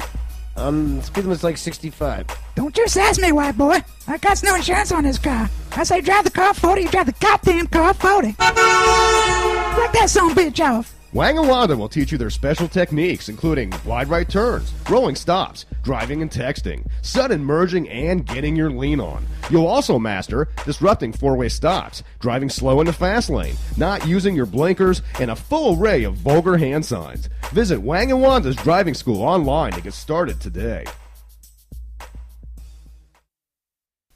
Howdy, friends. I'm local internet sensation and arch enemy of the evil Patrick Stewart, Lou Bob Jenkins. And when I have some spare time in between noodling for catfish and reconditioning mattresses, that's when I listen to the Cranial Mission Show with my good friends Ben Charles, Miguel Hito, and the Reverend Joey T. Welcome back to the Cranial Mission Show, the last segment of the program. If you want to be a part of the show, you can call us at 813-NEW-TALK. We are broadcasting to you live from ESB Brewing with 15 different beers to choose from. Come here at 333 North Falkenburg Road, Suite D. Sweet D. Thank you very much. Suite D 407 to join us for a good pint of beer and some great food over at the Hot Boxed food truck, the steamed cheeseburger food truck that is stationed out here before us.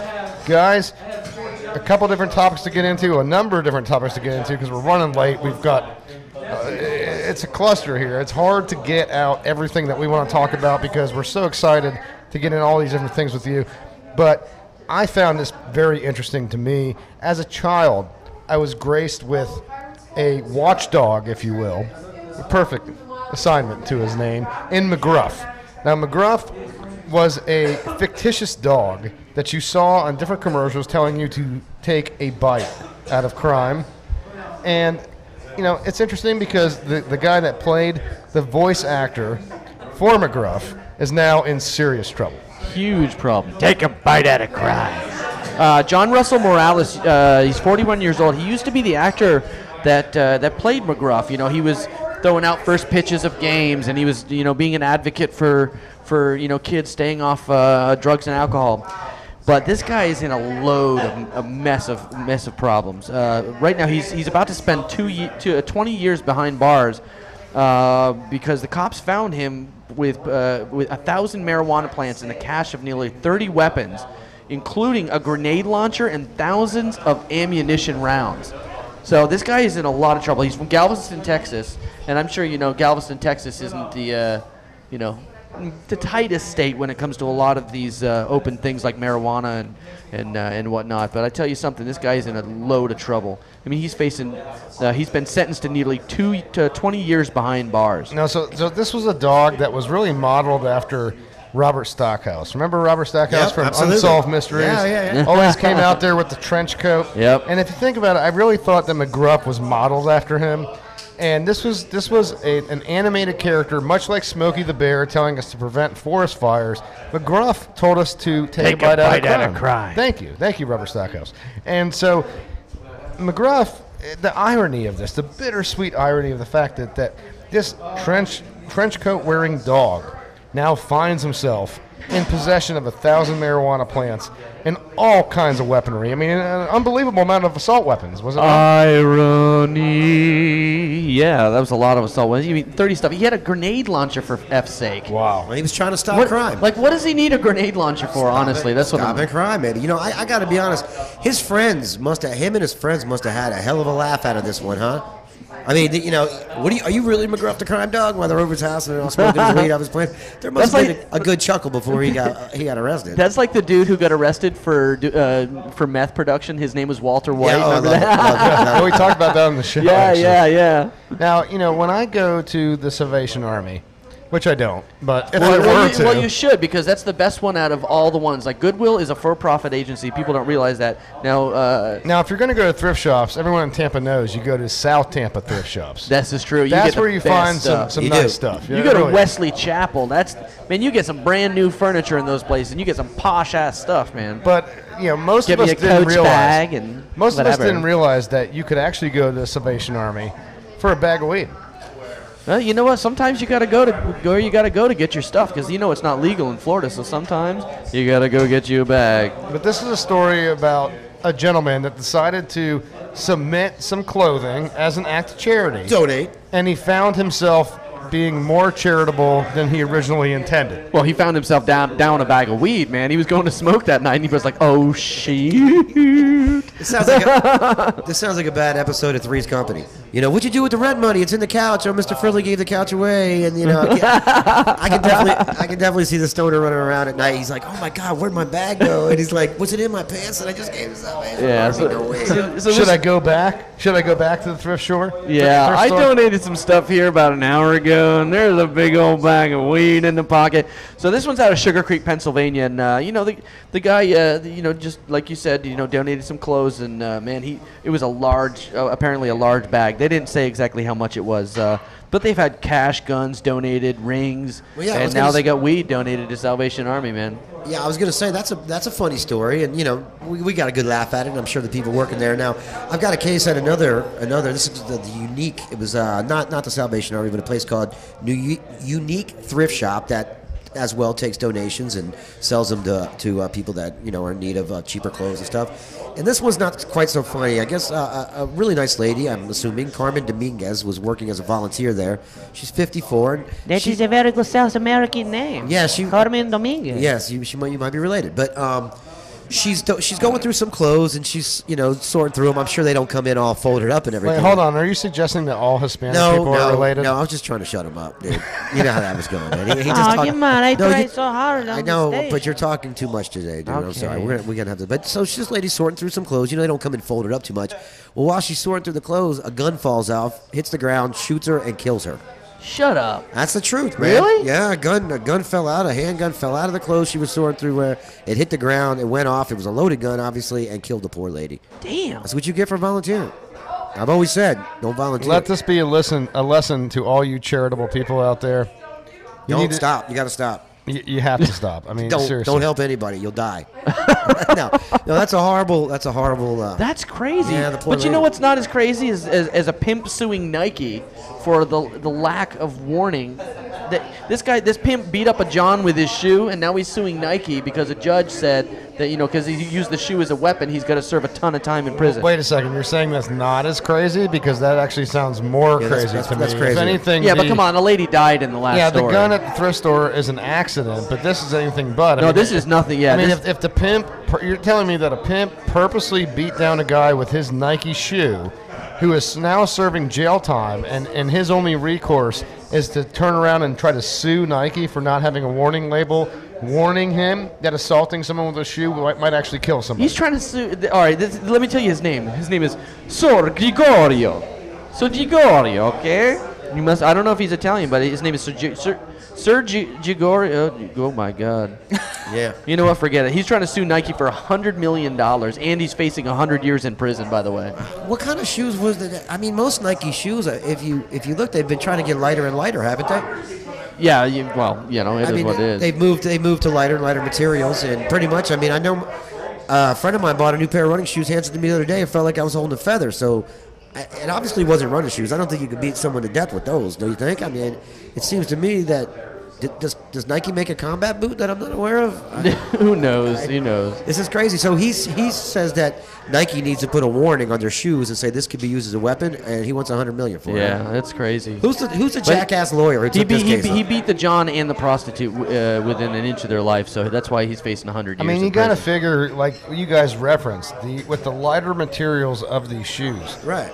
He really had to put the beat down with that shoe. I mean, that guy must be immensely strong. I'm gonna beat that ass in my shoe. Yeah, I mean, if you're gonna, if you're going to take a substance like that, an item like that, if you will, these shoes that are lighter, and beat the crap out of somebody with them, they must have some serious strength. And I mean, it might be as strong as hardcore retard strength. I don't know. Well, you know how you get you stop from getting beaten by a shoe. Yeah, if you don't want to deal with pimps, there's ways around it. I'm saying if you're looking for love and you don't want to deal with a pimp, a lot of times you can move on to what this British guy did. The British guy, okay. Okay, well, basically, this British guy, this couple, it was all, he had to do some, well, he's actually not going to have to do some jail time, but he was arrested. This English couple was out watching, just trying to have a picnic in a field, looking out over the rolling hills there in England. And they noticed a man swigging on a beer wearing nothing but, it was a 60-year-old man swigging on a beer and wearing nothing but a pair of shoes, just cruising around. And as he gets up, he tries to, how am I going to do this tastefully? He tries to put his junk in the mouth of the cow that's there. That was your way of a cow? That wasn't tasteful. That was your way of tastefully explaining it. I thought that was pretty tasteful, considering you could have said, "Man, he stuffed his in the mouth of a cow." You know what? I just have to say that your description of that story was utterly horrible. Oh, man. Well, you're going to really think it's sheer madness when I add on the fact that there was a sheep there later on. So, yeah, I guess the cow wasn't really into it too much, and he couldn't get his junk in the mouth, so we moved on to a sheep. Yeah, but why would you do that? The cows are constantly chewing. That would have been dangerous. Well, I don't know. I would have put it in the nose first. Only you, Miguel. Dear God. Dear God. Okay, but the guy was spared jail. I guess he doesn't have to do any time. But this is actually a fairly, according to the report, he's like a chemical engineer or a mechanical engineer. He's a fairly successful dude who's just retired recently, and I guess his wife ain't giving him none. That's insane. Imagine if you're a child. You're hanging out with your folks. You're sitting there having a picnic, and all of a sudden some naked dude with nothing but shoes on runs around and starts humping the farm animals in front of you. We had a beer that can. you are enjoying in all their natural majesty. While a sheep watch. How do it's hard enough as a parent to explain when two cows are banging each other to your kids. This has got to be a lot harder. I'm going to bring my picnic basket? Well, you go to the zoo, and it's one of those days you go to the zoo, and like porcupine's banging the porcupine, and it's a really horrible time with your kids. They're like, that is an experience to watch. Well, as a kid, though, I mean, as a parent, you've got to explain every time. Well, they're not hurting each other. This is just the birds and the bees. Well, this is much harder to explain. I mean, that is absolutely an emotionally moving experience. Wow. Oh, my God. Well, listen, guys, we're coming up to the end of the show. One thing we want to talk to you about real quick, this is very briefly. I want you to, everybody out there that loves craft beer and local breweries, to get them, they're trying to pass legislation to hamper them sharing their beer with the rest of us by the big guys. So go to Hillsborough Legislative Delegation or your local delegates in your local town, and when you go to those sites, they have names, phones, emails, and email these guys and call them and tell them you want this legislation to be stopped that hampers local breweries from doing what they do. So please, like I said, if you live in Hillsborough County, like we do, go to the Hillsborough County Legislative Delegation, look it up on Google, get the names of the delegates, write them, and tell them what you think about all these stupid laws. Maggie, if you're too lazy to do that, or you just can't spell everything that you said, go to ESB Brewing's Facebook page. First of all, you want to go there and you want to like that page to begin with. But go there and they have a link that makes it easy for you. You can just click on that link. I did it earlier today. You click on it, you fill out the petition, you sign it online, and you're done with it. Yeah, I mean, we're not big litigious guys. We're not too much into politics, but this is a local election or a local thing, and these guys don't win by huge majorities of votes when they actually win a local election. So you actually have a voice in this. You can actually tell these guys, you're not getting my vote next time, because normally only 14% of the people that are able to vote in local elections actually do. So if you tell these guys Thank they're not, God. yeah, thank God's right. But you tell these guys they're not getting your vote, they pull this crap just to make Budweiser and these other companies happy, and maybe they'll do what you want them to, because we run this joint. All you got to do is tell them and come out in force and say something. Get the word out. Okay, well, guys out there, all you Craniacs out there listening to us, thank you once again for supporting the show. Like us on Facebook. Make sure you like us, the Cranial Emissions Network on Facebook, please. Absolutely. And you know what? We've got big news to announce here soon. We're going to be on the road shortly. The magnanimous Bobby Every will be letting us know where we'll be going soon. We will be touring around the Tampa area, going from bar to bar every other week. We're going from port to port. So, we've got that in the works. All you out there, again, like the page, reach out to us, let us know that you're listening.